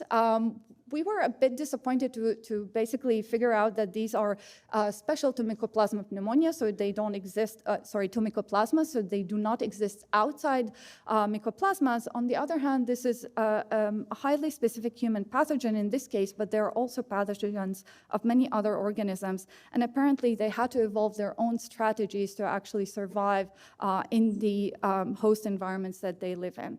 On the other hand, going down this path of this very interesting complex also allowed us to get the first experimental structures of the highly conserved sec translocon in bacteria and really give us snapshots of basically co-translational translocation of proteins, which are highly conserved pathways across all bacteria and also have quite high similarity to human ER translocation. So basically what I want to sum up is we can now do cryo-electron tomography on basically any model system that we wish. What I think we would be needing to do in the future is to actually assemble all of this data that I just told you about in addition to cryo-electron tomography, so the genetic resources, the use of bioinformatics, structure prediction, these cellular perturbations, and really it's when combined with cryo-electron tomography that it becomes very powerful in interpreting these structures and the dynamics that we're seeing. The dynamics can only be interpreted when we start actually incorporating simulations and modeling, because right now we're just looking at ensembles and distributions of structures. But in the longer run, and the more complex our model systems become, it will become more and more important to incorporate the context of where these tomograms come from. Elizabeth already mentioned the very small field of view that we typically look at. And actually, when we think about very complex human samples or mammalian tissue samples, we really need to start incorporating multimodal imaging using focused ion beam technology, not just to create our lamella, but also to image full volumes of cell, understand the complexity of multicellular organization, and be able to combine this with the beautiful imaging and dynamic data that can come from light microscopy. So obviously, there's a lot of work to be done to be able to translate all of this continuum resolution imaging into the cryogenic regime. And I hope this is where we're going to be going in the next 50 years. And with this, I really need to thank my heroes. So this is my group, and all of the work that I showed you was done by them. Thanks to my collaborators, and thank you for your attention.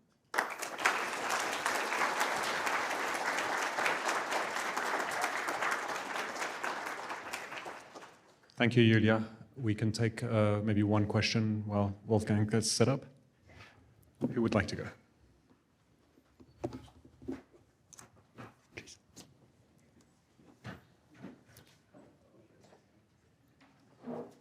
So, Julia, from beginning to end, identifying this, I forget what you call it, cup or sort of extracellular chaperone, we're talking like a couple of years or something? This is a long process, right? Yes, I think it took us about 3 years to go from, being curious about a density to identifying what the function is. Yes. Really impressive, yeah. How many people have told you, oh, I've already seen that, but not characterized? Yes, and this is why I bring this up, because I think a lot of people see things in tomograms, and sometimes we make assumptions that it might be specific to the cell that we're looking at, and this is where we really need to be careful and validate, the hypothesis that we make about the identity of these complexes. Thank you, Julia.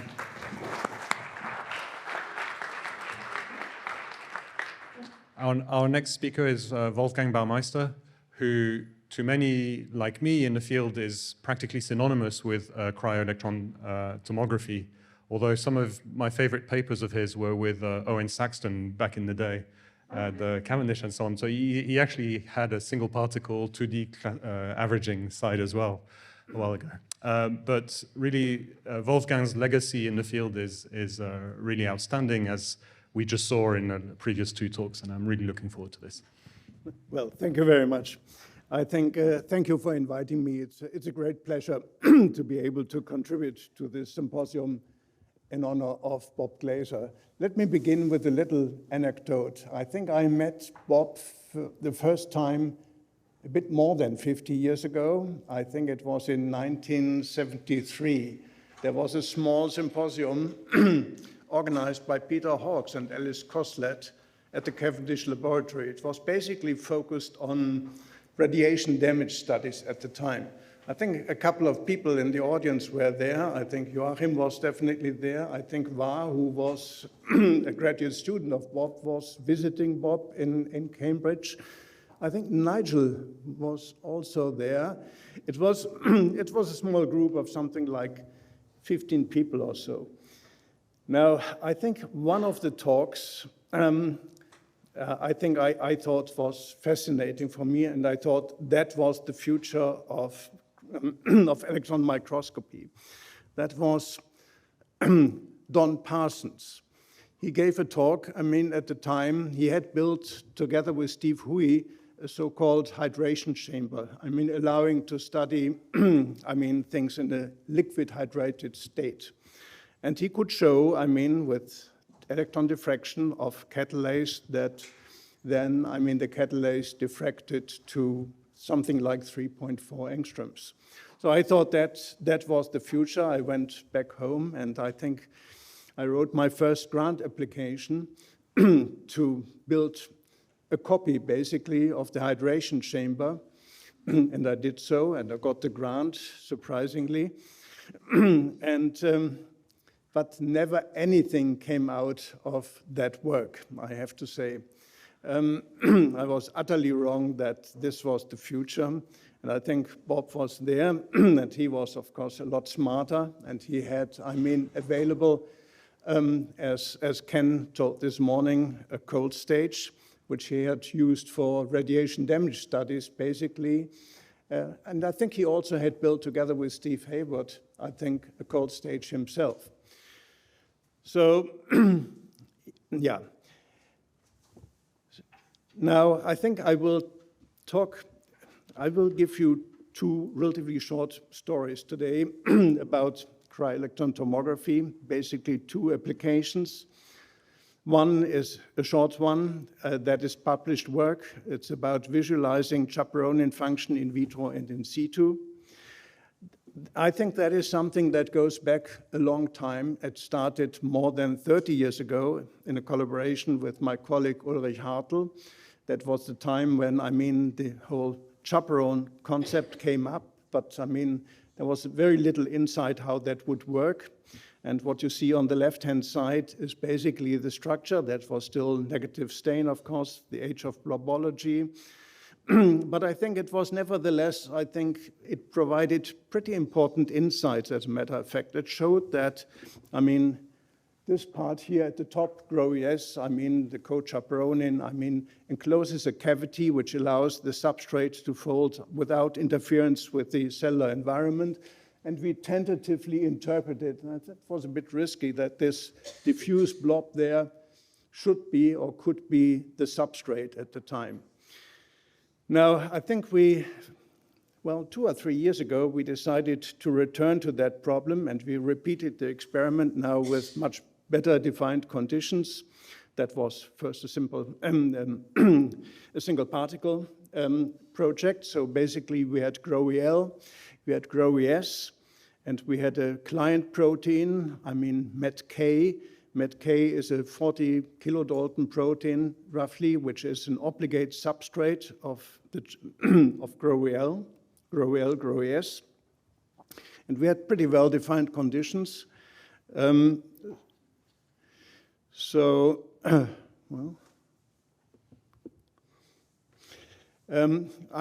mass spec, we could, determine that basically we had full occupancy of the two chambers of GROW-EL, GROW-ES with the substrate. So we obtained, pretty straightforward, now a high-resolution structure, and we were particularly interested to see what was the folding state of the protein inside GROW-EL. So the GROW-EL, GROW-ES, I mean, comes in two flavors. It can be a symmetric complex and an asymmetric complex. There has been a lot of disagreement about, I mean, what is the relevant configuration, the symmetric or the asymmetric one. Now you see in blue, that is the structure of GROW-EL. Then you see at the bottom, you see GROW-ES. And as we tilt now the whole thing, we can look inside and you see in cyan the substrate. So now the substrate, I mean, you see, we compared that is shown here at the bottom. We compared that with the crystal structure. Now, I mean, MET-K exists as a tetramer, and we look, of course, at the monomer. So basically, it shows that the protein is almost completely folded inside the cavity of GROW-EL, except for, I mean, this little loop here, which is still a bit more relaxed, and it may fold only upon release from GROW-EL or upon forming the tetramer. Now, there are many questions which cannot be answered, I mean, by single particle analysis here. So we, of course, did tomography of an E. coli cell. So in yellow, you see all the ribosomes. They are, of course, something like 35, 40 times more abundant than GROW-EL. And GROW-EL, GROW-ES comes in, as I said, in two flavors, in symmetric and an asymmetric complex here. Now, we looked at that under a variety of conditions. I mean, the wild type situation here, then under heat shock conditions, under conditions of overexpressing the substrate, MET-K, because, I mean, when we massively overexpressed that, we hoped that we had basically or mostly one type of substrate inside. And also, we overexpressed GROW-EL alone. Now, we could, of course, address the question, I mean, what is now the relative abundance of the asymmetric and the symmetric complex? It's typically, I mean, the most abundant one is the asymmetric one, shown on the left.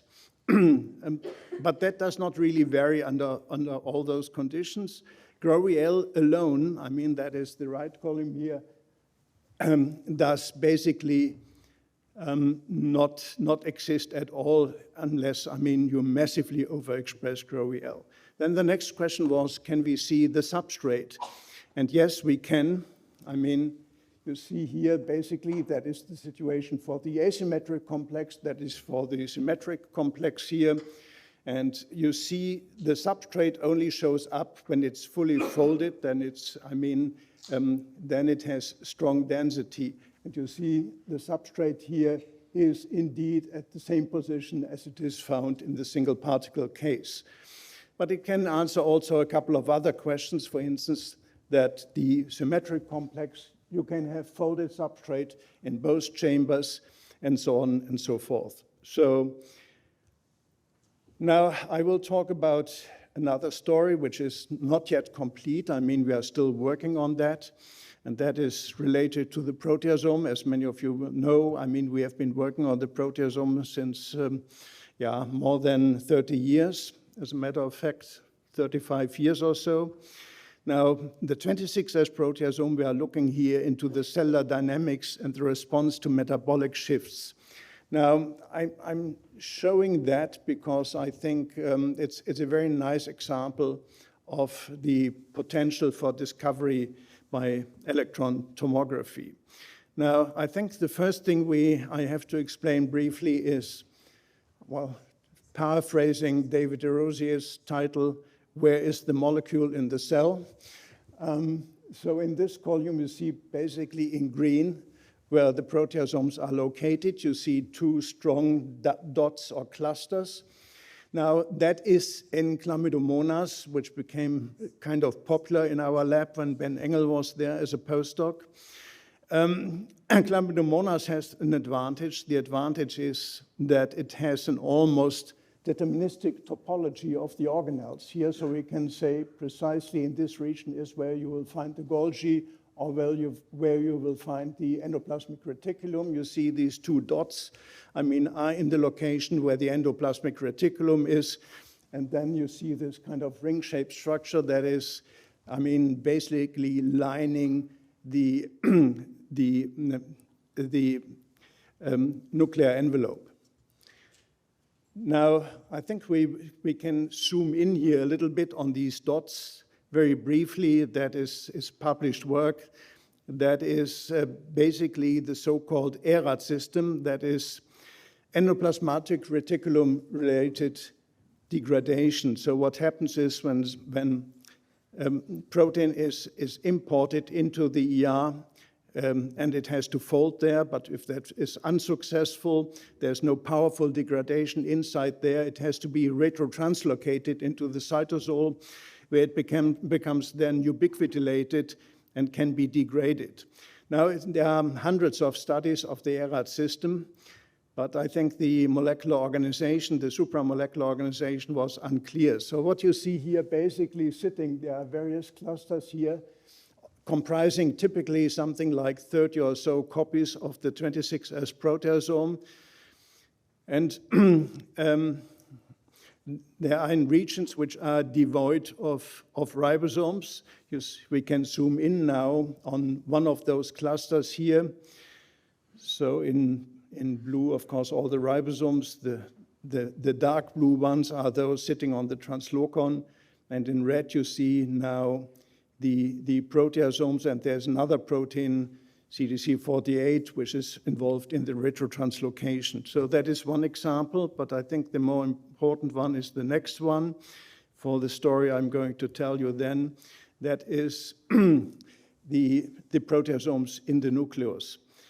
So basically what you see here is a tomogram. On the left-hand side, we are in the nucleus. On the right-hand side, we are in the cytosol. You see a mitochondrion. In light blue, you see all the 26S proteasomes. They can have one or two regulatory particles.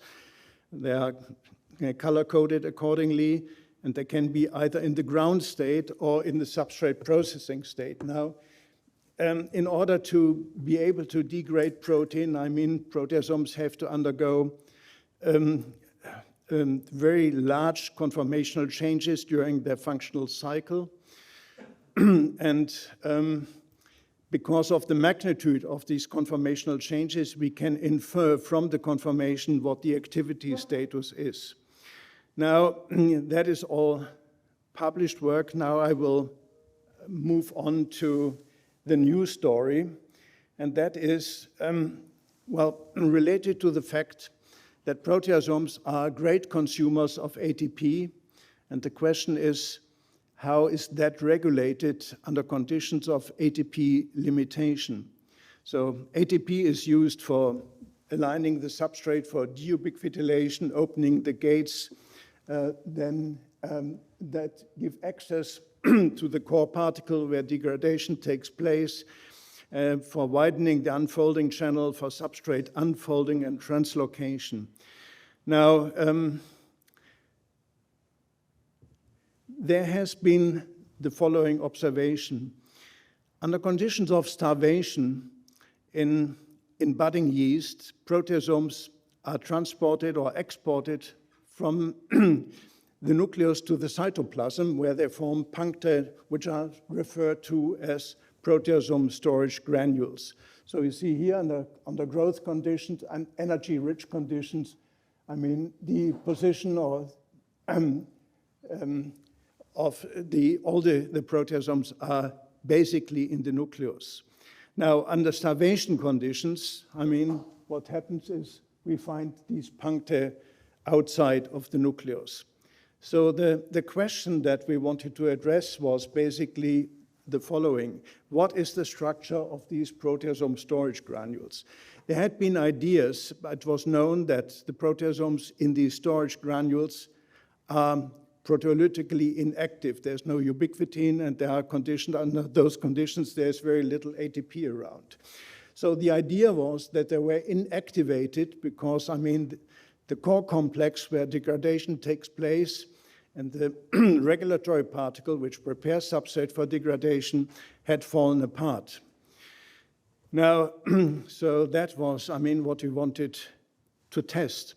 And so basically we have done then cryo-ET under glucose starvation conditions and to see what the dynamics along the PSG formation pathway. So under conditions of growth, I mean, they are all in the nucleus and they are dispersed in the nucleoplasm. They are not, I mean, in yeast, they are not that close to the nuclear envelope. They are basically everywhere in the nucleus. Now came a big surprise. When we looked at those proteasomes, they were no longer, I mean, monomers of the 2.5 megadalton complex, but they had assembled into trimers. These trimers, I mean, keep the proteasomes in the ground state. So they're unable to degrade any substrate because they make contact between the regulatory particles and they are arrested in the ground state. Now, what happens then is initially they are still dispersed in the nucleoplasm, but then a little bit later, under those conditions, after, let's say, typically 1 day, they all congregate at the nuclear envelope. So if we do subtomogram averaging of the trimer, you see basically the structure. It's not that high. It's something like 7-8 angstrom structure now in the trimer, but it's a pretty well-defined structure. You see that the contact, you will see that more clearly, is all via the regulatory particle. They not only, I mean, congregate at the nuclear envelope, they are also, they gather in the vicinity of the nuclear pore complex. You see basically here, in this histogram here, most of them are within something like 50 to 100 nanometers away from the center of nuclear pore complexes. So they are poised for nuclear export. There was another surprise that was completely unexpected, and that is that those sitting next to the nuclear envelope, they are connected to the nuclear envelope via a flexible tether. And that was completely unknown. Now, unfortunately, this tether, which is about 28 nanometers long, is very flexible. It's so flexible that basically its subtomogram averaging shows only the attachment side to the complex. Basically, it is this extra density here between the subunits RPN2 and RPN11. Now, I think we are in the process of identifying this tether. I think there are a couple of criteria that must be fulfilled. It's probably called coiled structure. It should have a nuclear localization signal, and there's not such a large proteome of the inner membrane of the nuclear envelope, but that is ongoing work.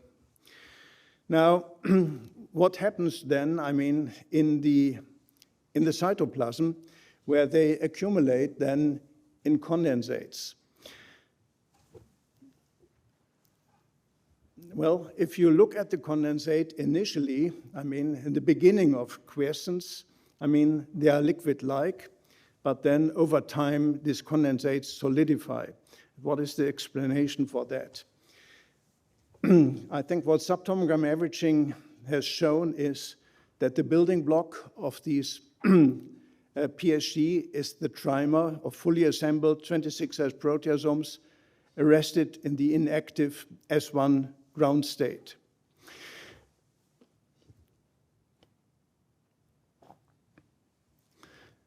So the trimers then, I mean, they become stacked on top of each other, and that is a map, again, I mean, at somewhat lower resolution, at a resolution of 9 angstroms of the proteasome trimer within the PSG. Now, we can, by docking the high resolution structures we have for the proteasome into the map here, we can characterize basically the interaction, and the main interactor or involved in that is RPN9. It's a non-essential subunit. So what we have done then, we have done a little bit of mutagenesis, kind of a fairly primitive chopping off 3 or 4 helices at the end terminus. And basically, when we do that, I mean, that prevents trimerization. Now, the result of doing that, of making this truncation, is that then all the proteasomes remain not only monomeric, but they all stay in the nucleus. They cannot exit and then cannot form PSG particles. Okay, that is basically the stacking here. And there are 2 configurations because, I mean, these fibers can form either 5 or 6-membered bundles.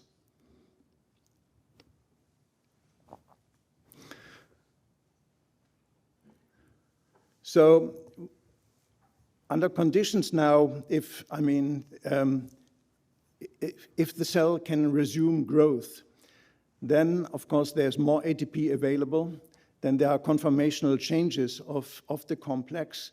And I think then under those conditions, the lattice or the fibers fall apart.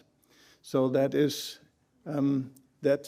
basically, I mean, as illustrated here, if 1 or 2 of those trimers, I mean, adopt different conformations, the whole thing falls apart. So basically, the message of that is that PSGs are a readily releasable pool of fully assembled 26S proteasomes. Okay, that has been the work of Jonathan Wagner, has done the work on the Cryo-EM. It has been a collaboration with Ulrich Hartl.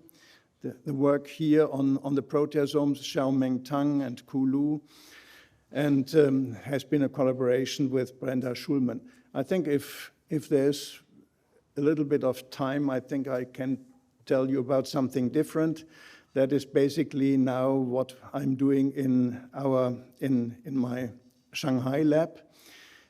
We are interested here in a comprehensive description of pancreatic beta cells, and especially in the molecular architecture of so-called insulin secretory granules. These are, I mean, this is a cartoon, basically. It's a granule that comprises something like 130 different proteins.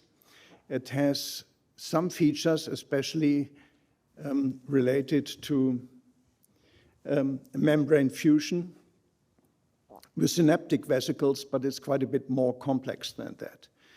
So what we want to do is we want to come up with an integrative model of ISGs using an integrative approach. I mean, very similar to what Julia said. I mean, we are using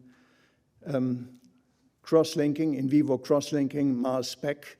We have identified, I mean, the 130 proteins, and we have also an interaction map, which is not yet fully, I mean, assembled at the moment. Now, I think then we want to use an approach very similar to what we have done in a collaboration with Axel Brünger recently, that was on synaptic vesicles. And as I said, I mean, the machinery has a lot of similarity. Where, I mean, Zhang Guo, when he was a postdoc in my lab, now he is in Beijing, found, I mean, well, the V-ATPase here, and attached or next to it, there was a density shown here, which was unknown. And I think it's just meant to show the approach we want to use in order to identify that. So, I mean, there were 4 or 5 candidates of proteins that could be, I mean, represent that density. So what we have done, what Axel Brünger's lab has done is they have generated AlphaFold models, cross-correlated them with the density. And there was one, I mean, that was, there was one that was clearly the best fit. But I mean, of course, that had to be validated, and it was validated by knocking out the gene of synaptophysin in this case, which is not essential. I mean, it's important for the biogenesis, but it's not essential. So again, I think we are interested in visualizing, I mean, the fusion process with the membrane in detail, and we have developed, I mean, strategies for doing the FIP milling with not only with single cells, but with spheroids and organoids, and I think we can now, well, that is an example, I mean, of snapshots of the fusion process. I mean, in this case here, the docking and priming, I mean, of course, these insulin secretory granules contain the insulin crystals here, and that is then the pre-fusion state, and that is, I mean, the state of fusion and release of the, yeah, okay. That is about what I wanted to tell you. Thank you very much for your attention.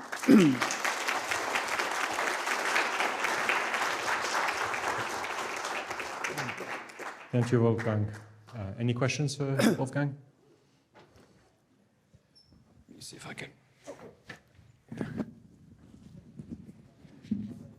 The lack of RPN9 monomerizes the proteasome, and you said it, the monomers remain in the nucleus even when you starve the cells of glucose. Does that mean that the RPN9 has the nuclear export signal? Can you identify and not that we know that an obvious hydrophobic? No. I mean, I think there must be something with the trimer that facilitates, I mean, the export. Whether the tether is involved, I mean, is also unclear at the moment. When you trigger the export, do you ever catch any known carrioferin like exportin associated with the trimers that are leaving? That has not been checked. I mean, this is, I mean, a fairly new observation. I think that is the problem. I mean, of course, I mean, each of those new findings, discoveries raises more questions, but I think they have to be followed up. Okay. Yeah. Thank you. Let's thank Wolfgang again, please, and the speakers from the session. And offering concluding remarks, we have an alumnus of UC Berkeley, class of 69, I think. Okay, all right. I'd like to thank everyone to stick around for the whole day, both in person as well as a lot of remote participants. I think on behalf of Eva and Hogas, we deeply appreciate it. And of course, this program cannot be so good without the very wise advice from Bob Glaser. We also like to thank Bob for a very insightful way of how this program should proceed. So I thank everybody. Okay, so, okay, I am supposed to keep a concluding remark. I mean, I am trying to absorb, but as you know, when you get old, you cannot remember. So as a result of that, I can only tell you what I think would be the next 50 years from my perspective. As Richard pointed out, if you ask the people around the room, everybody would have different answers what the next 50 years would be. Okay, so now in today's program, we have a really gallery of really incredible numbers of speakers to share with us from either the technology point of view or the biological point of view. So once upon a time, I was a physicist, as Wolfgang points out, but I can't mutate into a kind of biologist. So what I'm saying now in the next few minutes is a kind of physicist point of view about biology. All right, so let's look at since I believe in data, so let's look at the data. Okay, so this is a plot about different types of structure has been deposited in the EMDB and protein data bank. And so as shown in here, in the one on your left is before 2015. Most of the data was this one. Is that this one? Which one? This one. Okay, most of these data are deposited only at relatively low resolution. This red curve is worse than 20 angstrom, so it's only a handful of data. But in the last 10 years, we need to expand the curve, and you can see most of the data that's shown in some of the slides we saw earlier for single particle are in this orange plot, which is between 3 and 4 angstrom. So 3 or 4 angstrom is a comfort zone for a lot of structural biologists because you can trace the entire backbone, either the protein or the nucleic acids. So now, actually, in the thing interesting, you noted that there is between 2 or 3 angstrom is getting more and more. Now, 2 or 3 angstrom is really important from a chemist's point of view, but maybe less so from a biologist's point of view. Now, I'm going to classify people now, so forgive me, my classification is not quite right.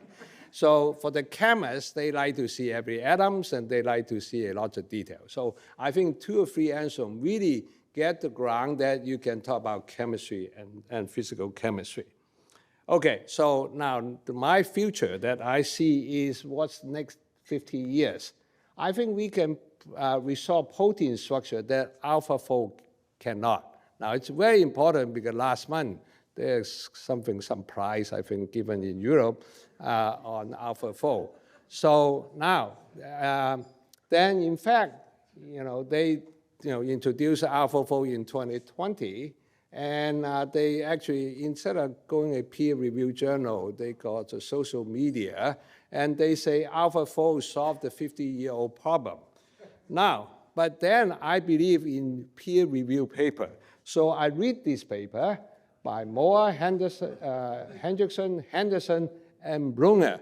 They say protein folding problem not yet solved. Okay, so that means all the AlphaFold, was possible based on 50 years work of the entire community of protein X-ray crystallography. So then there are some remaining problem still we need to be unsolved. Okay, now I just want to show you one example how that folding problem is not solved. So I think we can talk about GrowEL in bacteria. This is another example. It is a human chaperone, kind of equivalent GrowEL, but not quite. But this trick C actually can be found in both you and me and a lot of other eukaryotic systems.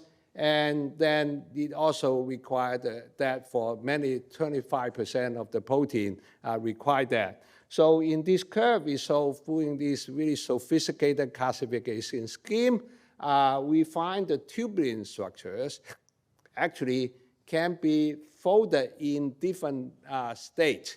One of the questions I have been working with Judy Freeman in last 20 years until 2 years ago, we were able to sort out the tubulin, which even know very well is 400 something amino acid long.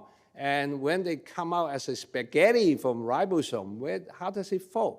Okay, it turned out what it folds is the N-terminal fold first, this cyan color, and the second stage is the green color in the C-terminal fold also next. And then the third one is this blue color, which is something in between this residue, and finally finish.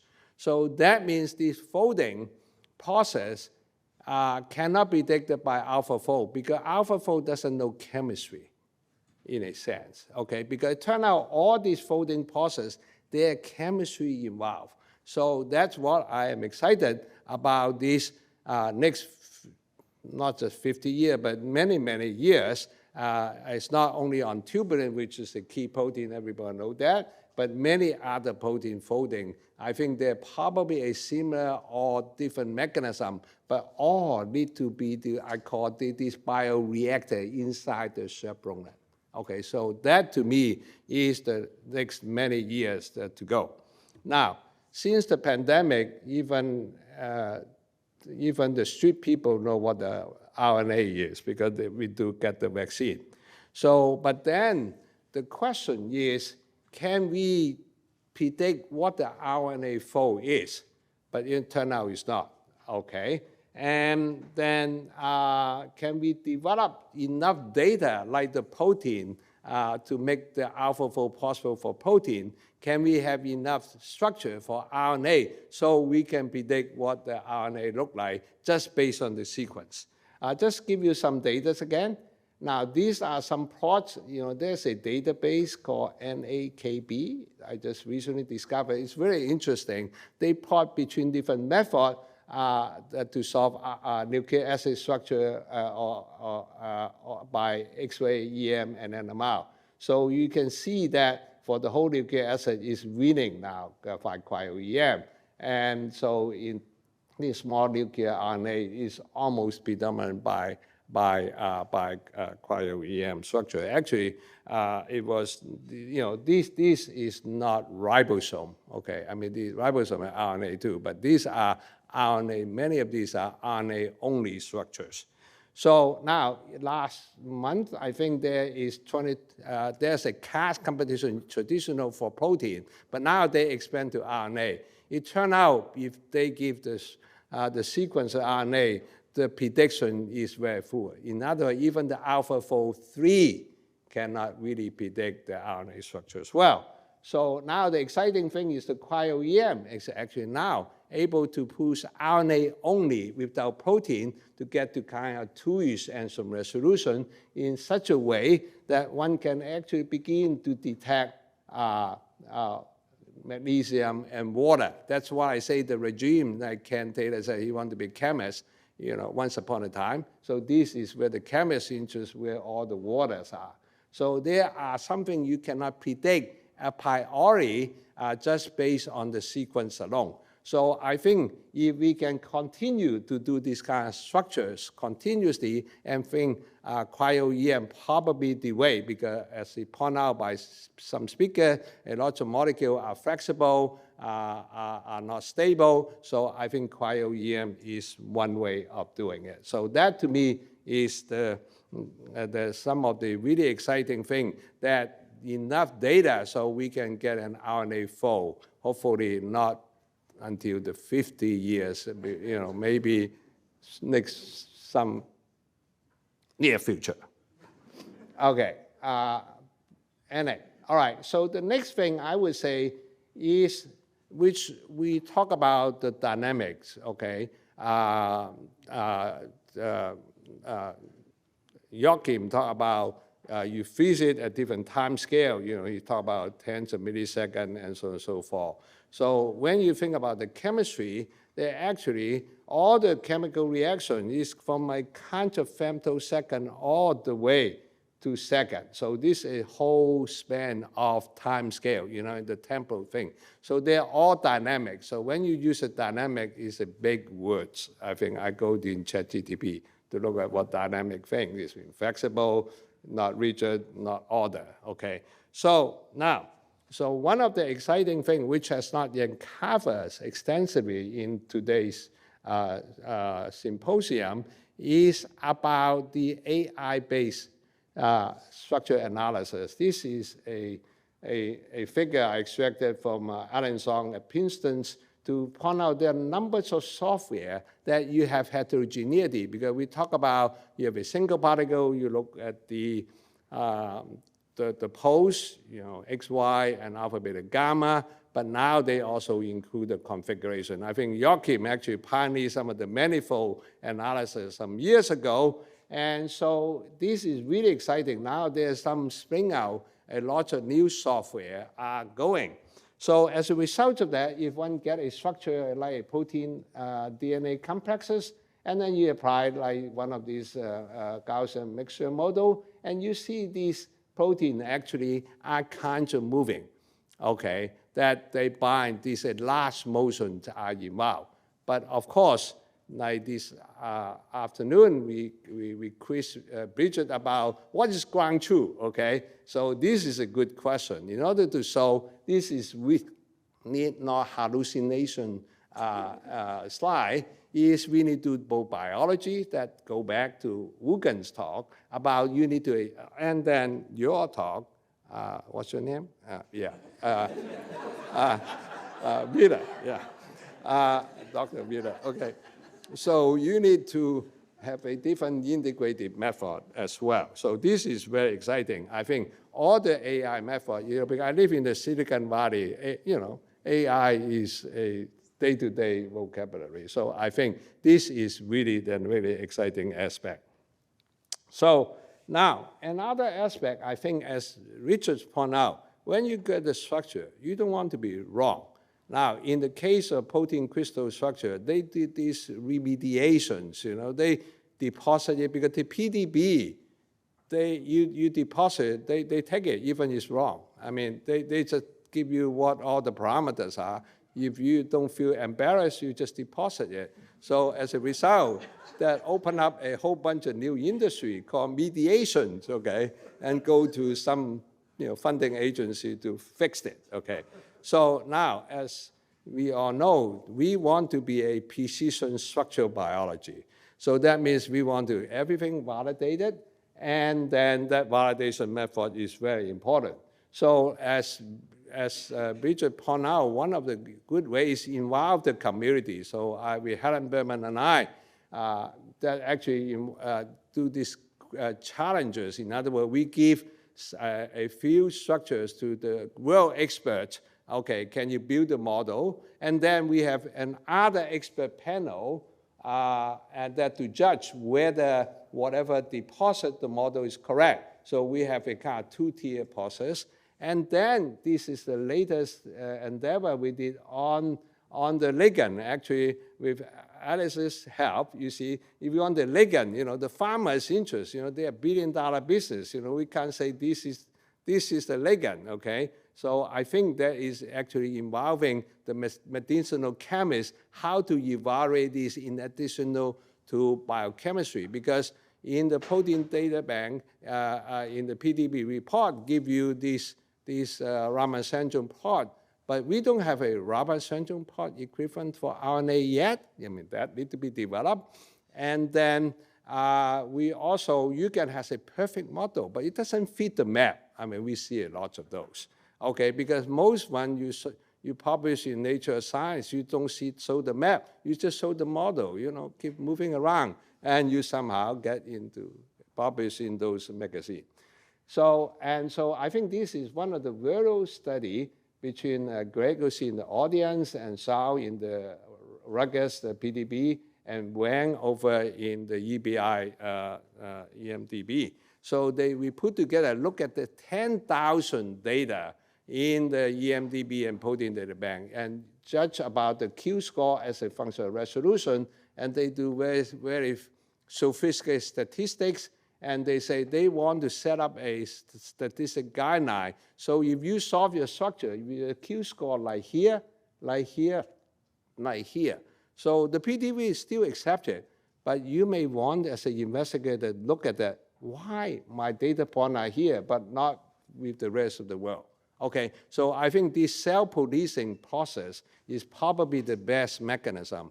Again, I think we need the whole community get engaged and embrace. And at the end, somebody needs to pay for it as well. Nobody pay for it at the moment. But anyway, but it's important that we still need to pursue, right, David? You agree? Thank you. And then the next thing that I would say is kind of align with Wolfgang and Elizabeth and Lucas and others, and me also. Okay, I join you. Okay, they are young, but I join them too. You see. So, but anyway, to understand the mechanism in the biological process. So I want to just show you a few examples in my own experience why that is important. So we talk about phase space. Where's the phase space guy? Oh, hi. Okay, how are you? So you talk about this phase space. Actually, I just want to point out, this Nagayama's phase space in the Czernicki phase space. Mr. Czernicki already conceived the physics. And somebody pointed out the physics is okay. So it took a turn, some decades. And then, we use these to look at these kinds of things nobody cared in the old days, but called bacteriophage and bacteria. But nowadays, microbiome is in the hot stuff, okay? So we are able to actually looking at using the phase space, amazing contrast to look at the morphogenesis or the assembly of the phase particle without doing genetics, in this case, just cryo-ET only. Okay, so, but anyway, with the phase space, Holger, keep going, okay? We're counting on you. And then, Bridget, we're counting to use your instrument, okay? You said you welcome community, right? Good, thank you. So that's, we are going to do this. And now, during the pandemic, we couldn't do anything except looking at coronavirus. So I also look at the coronavirus. Now, if you go into the protein data bank, and there may be 400 spike protein, but most of the spike protein people did was get the plasmid, express it, somehow not stable, they mutate it, and then they cut it somewhere, and they publish it. But the idea that we have in here is looking at the spike. When the spikes are still on the virion, I think these are in context, right? Wolfgang, is that right? So we don't extract it. We look at the spikes when the spike is still in the virion. And we, again, in this study, we combine Cryo EM, only looking at the distal part of the spike. We do the Cryo ET of all the spikes. It turned out not every coronavirus has the same numbers of spikes. The reviewers say, I purified this virus too well. Okay, the spike came off. Then I thought back, I said, how do you know how many spikes you need to make the coronavirus infectious? The reviewer could not answer. I said, okay, then you are wrong, I'm right. We are both right. So anyway, and then in this one, we also do the mass spec to understand where the sugar are. It turned out sugar, we all here talk about protein and RNA, DNA. It turned out sugar is extremely important, okay? And then we do the mass spec to figure it out. And then it turned out there are 39 glycan. And in the Cryo EM, we are able to detect 36 of them with good Q-score. And then again, as Elizabeth pointed out, simulation is important, right? I was inspired by your early simulation when you were a graduate student, right? So, and I think this is, I think this is a time that I think the simulation guide can provide some information for us, and we can also stimulate them as well. So we asked Joachim this morning, can we looking at a shorter time scale? I think simulation guide can give us the answer. But again, the interesting in these spike actually don't go straight, they bend.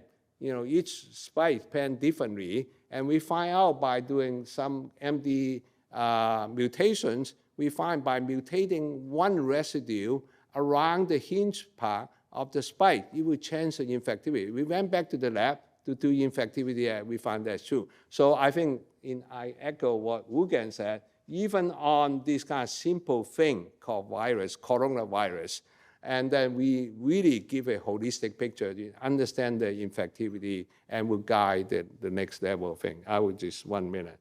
Okay, finally, I think there is, okay, this is our friend Clammy, our apoferritin of the cell. So, and then now we are even going back to history, the beginning of life, looking at the phytide coil. Okay, so now, I think I heard the Thermo Fisher Stephen talk about you can now begin to see a lot of stuff. Now, when we make this movie a couple of years ago, it's completely hallucination, okay? We hope to see all this, but I think in the preprint now, in bioarchive, they begin to see all this protein in the oxidative reduction, eventually make the ATP in there, and then we can actually see it through here, going out to the stroma, they call, and in fact, we can see this Robisco protein as well. So I think these look like, 2 years ago is a science fiction, but now this year, some of them become reality. Again, if we have phase space And then with all the more powerful techniques, we'll definitely make it holistic. And finally, as Elizabeth, I don't know why I keep citing you. Is that okay? All right.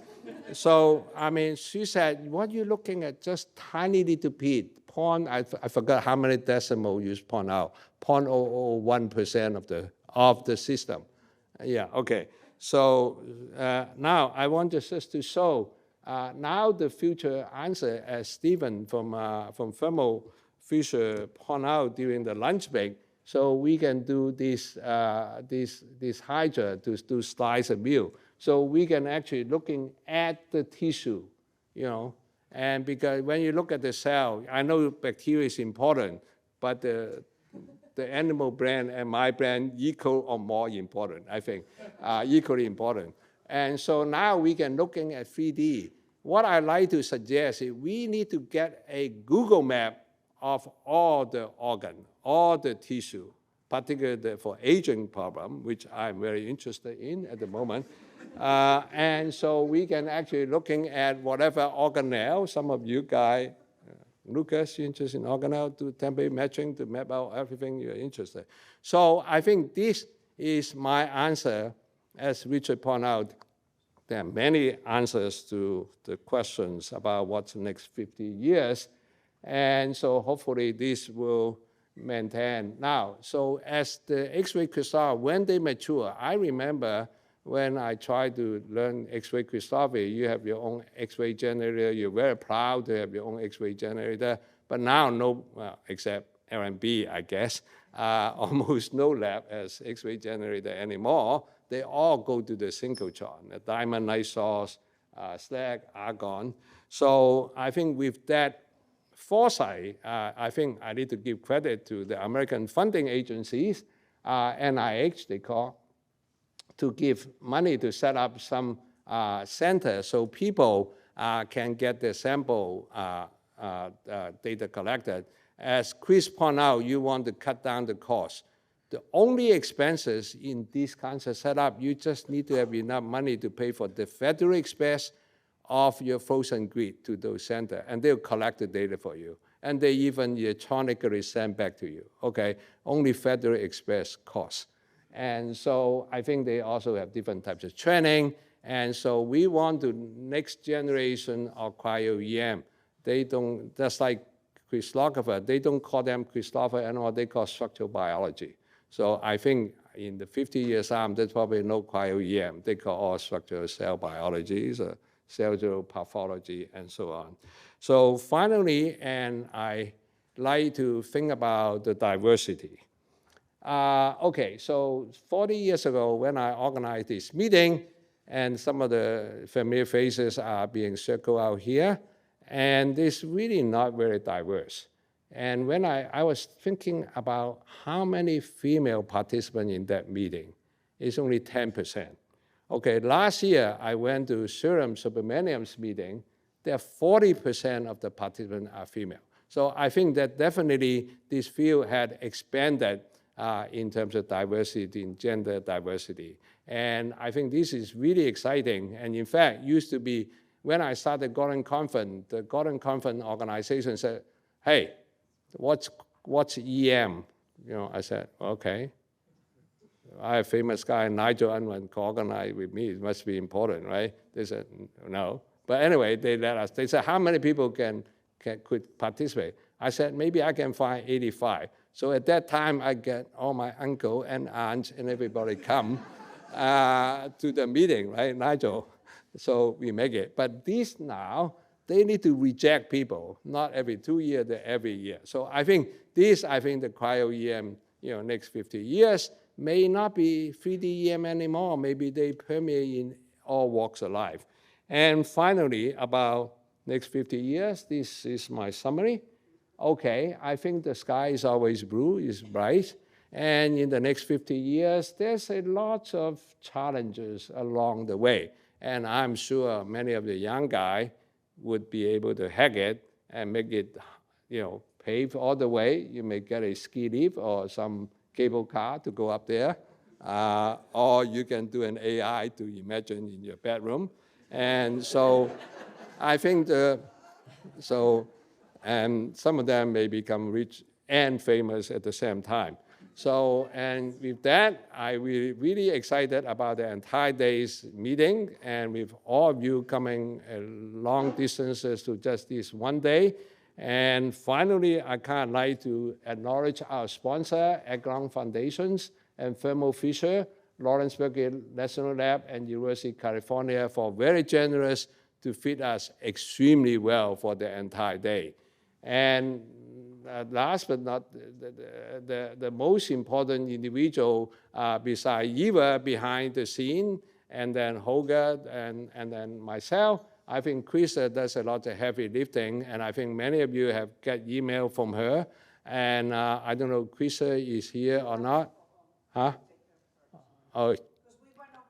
Oh yeah, is that right? Okay. So I hope these are in recording, and as well we all like to give a hand to Krista.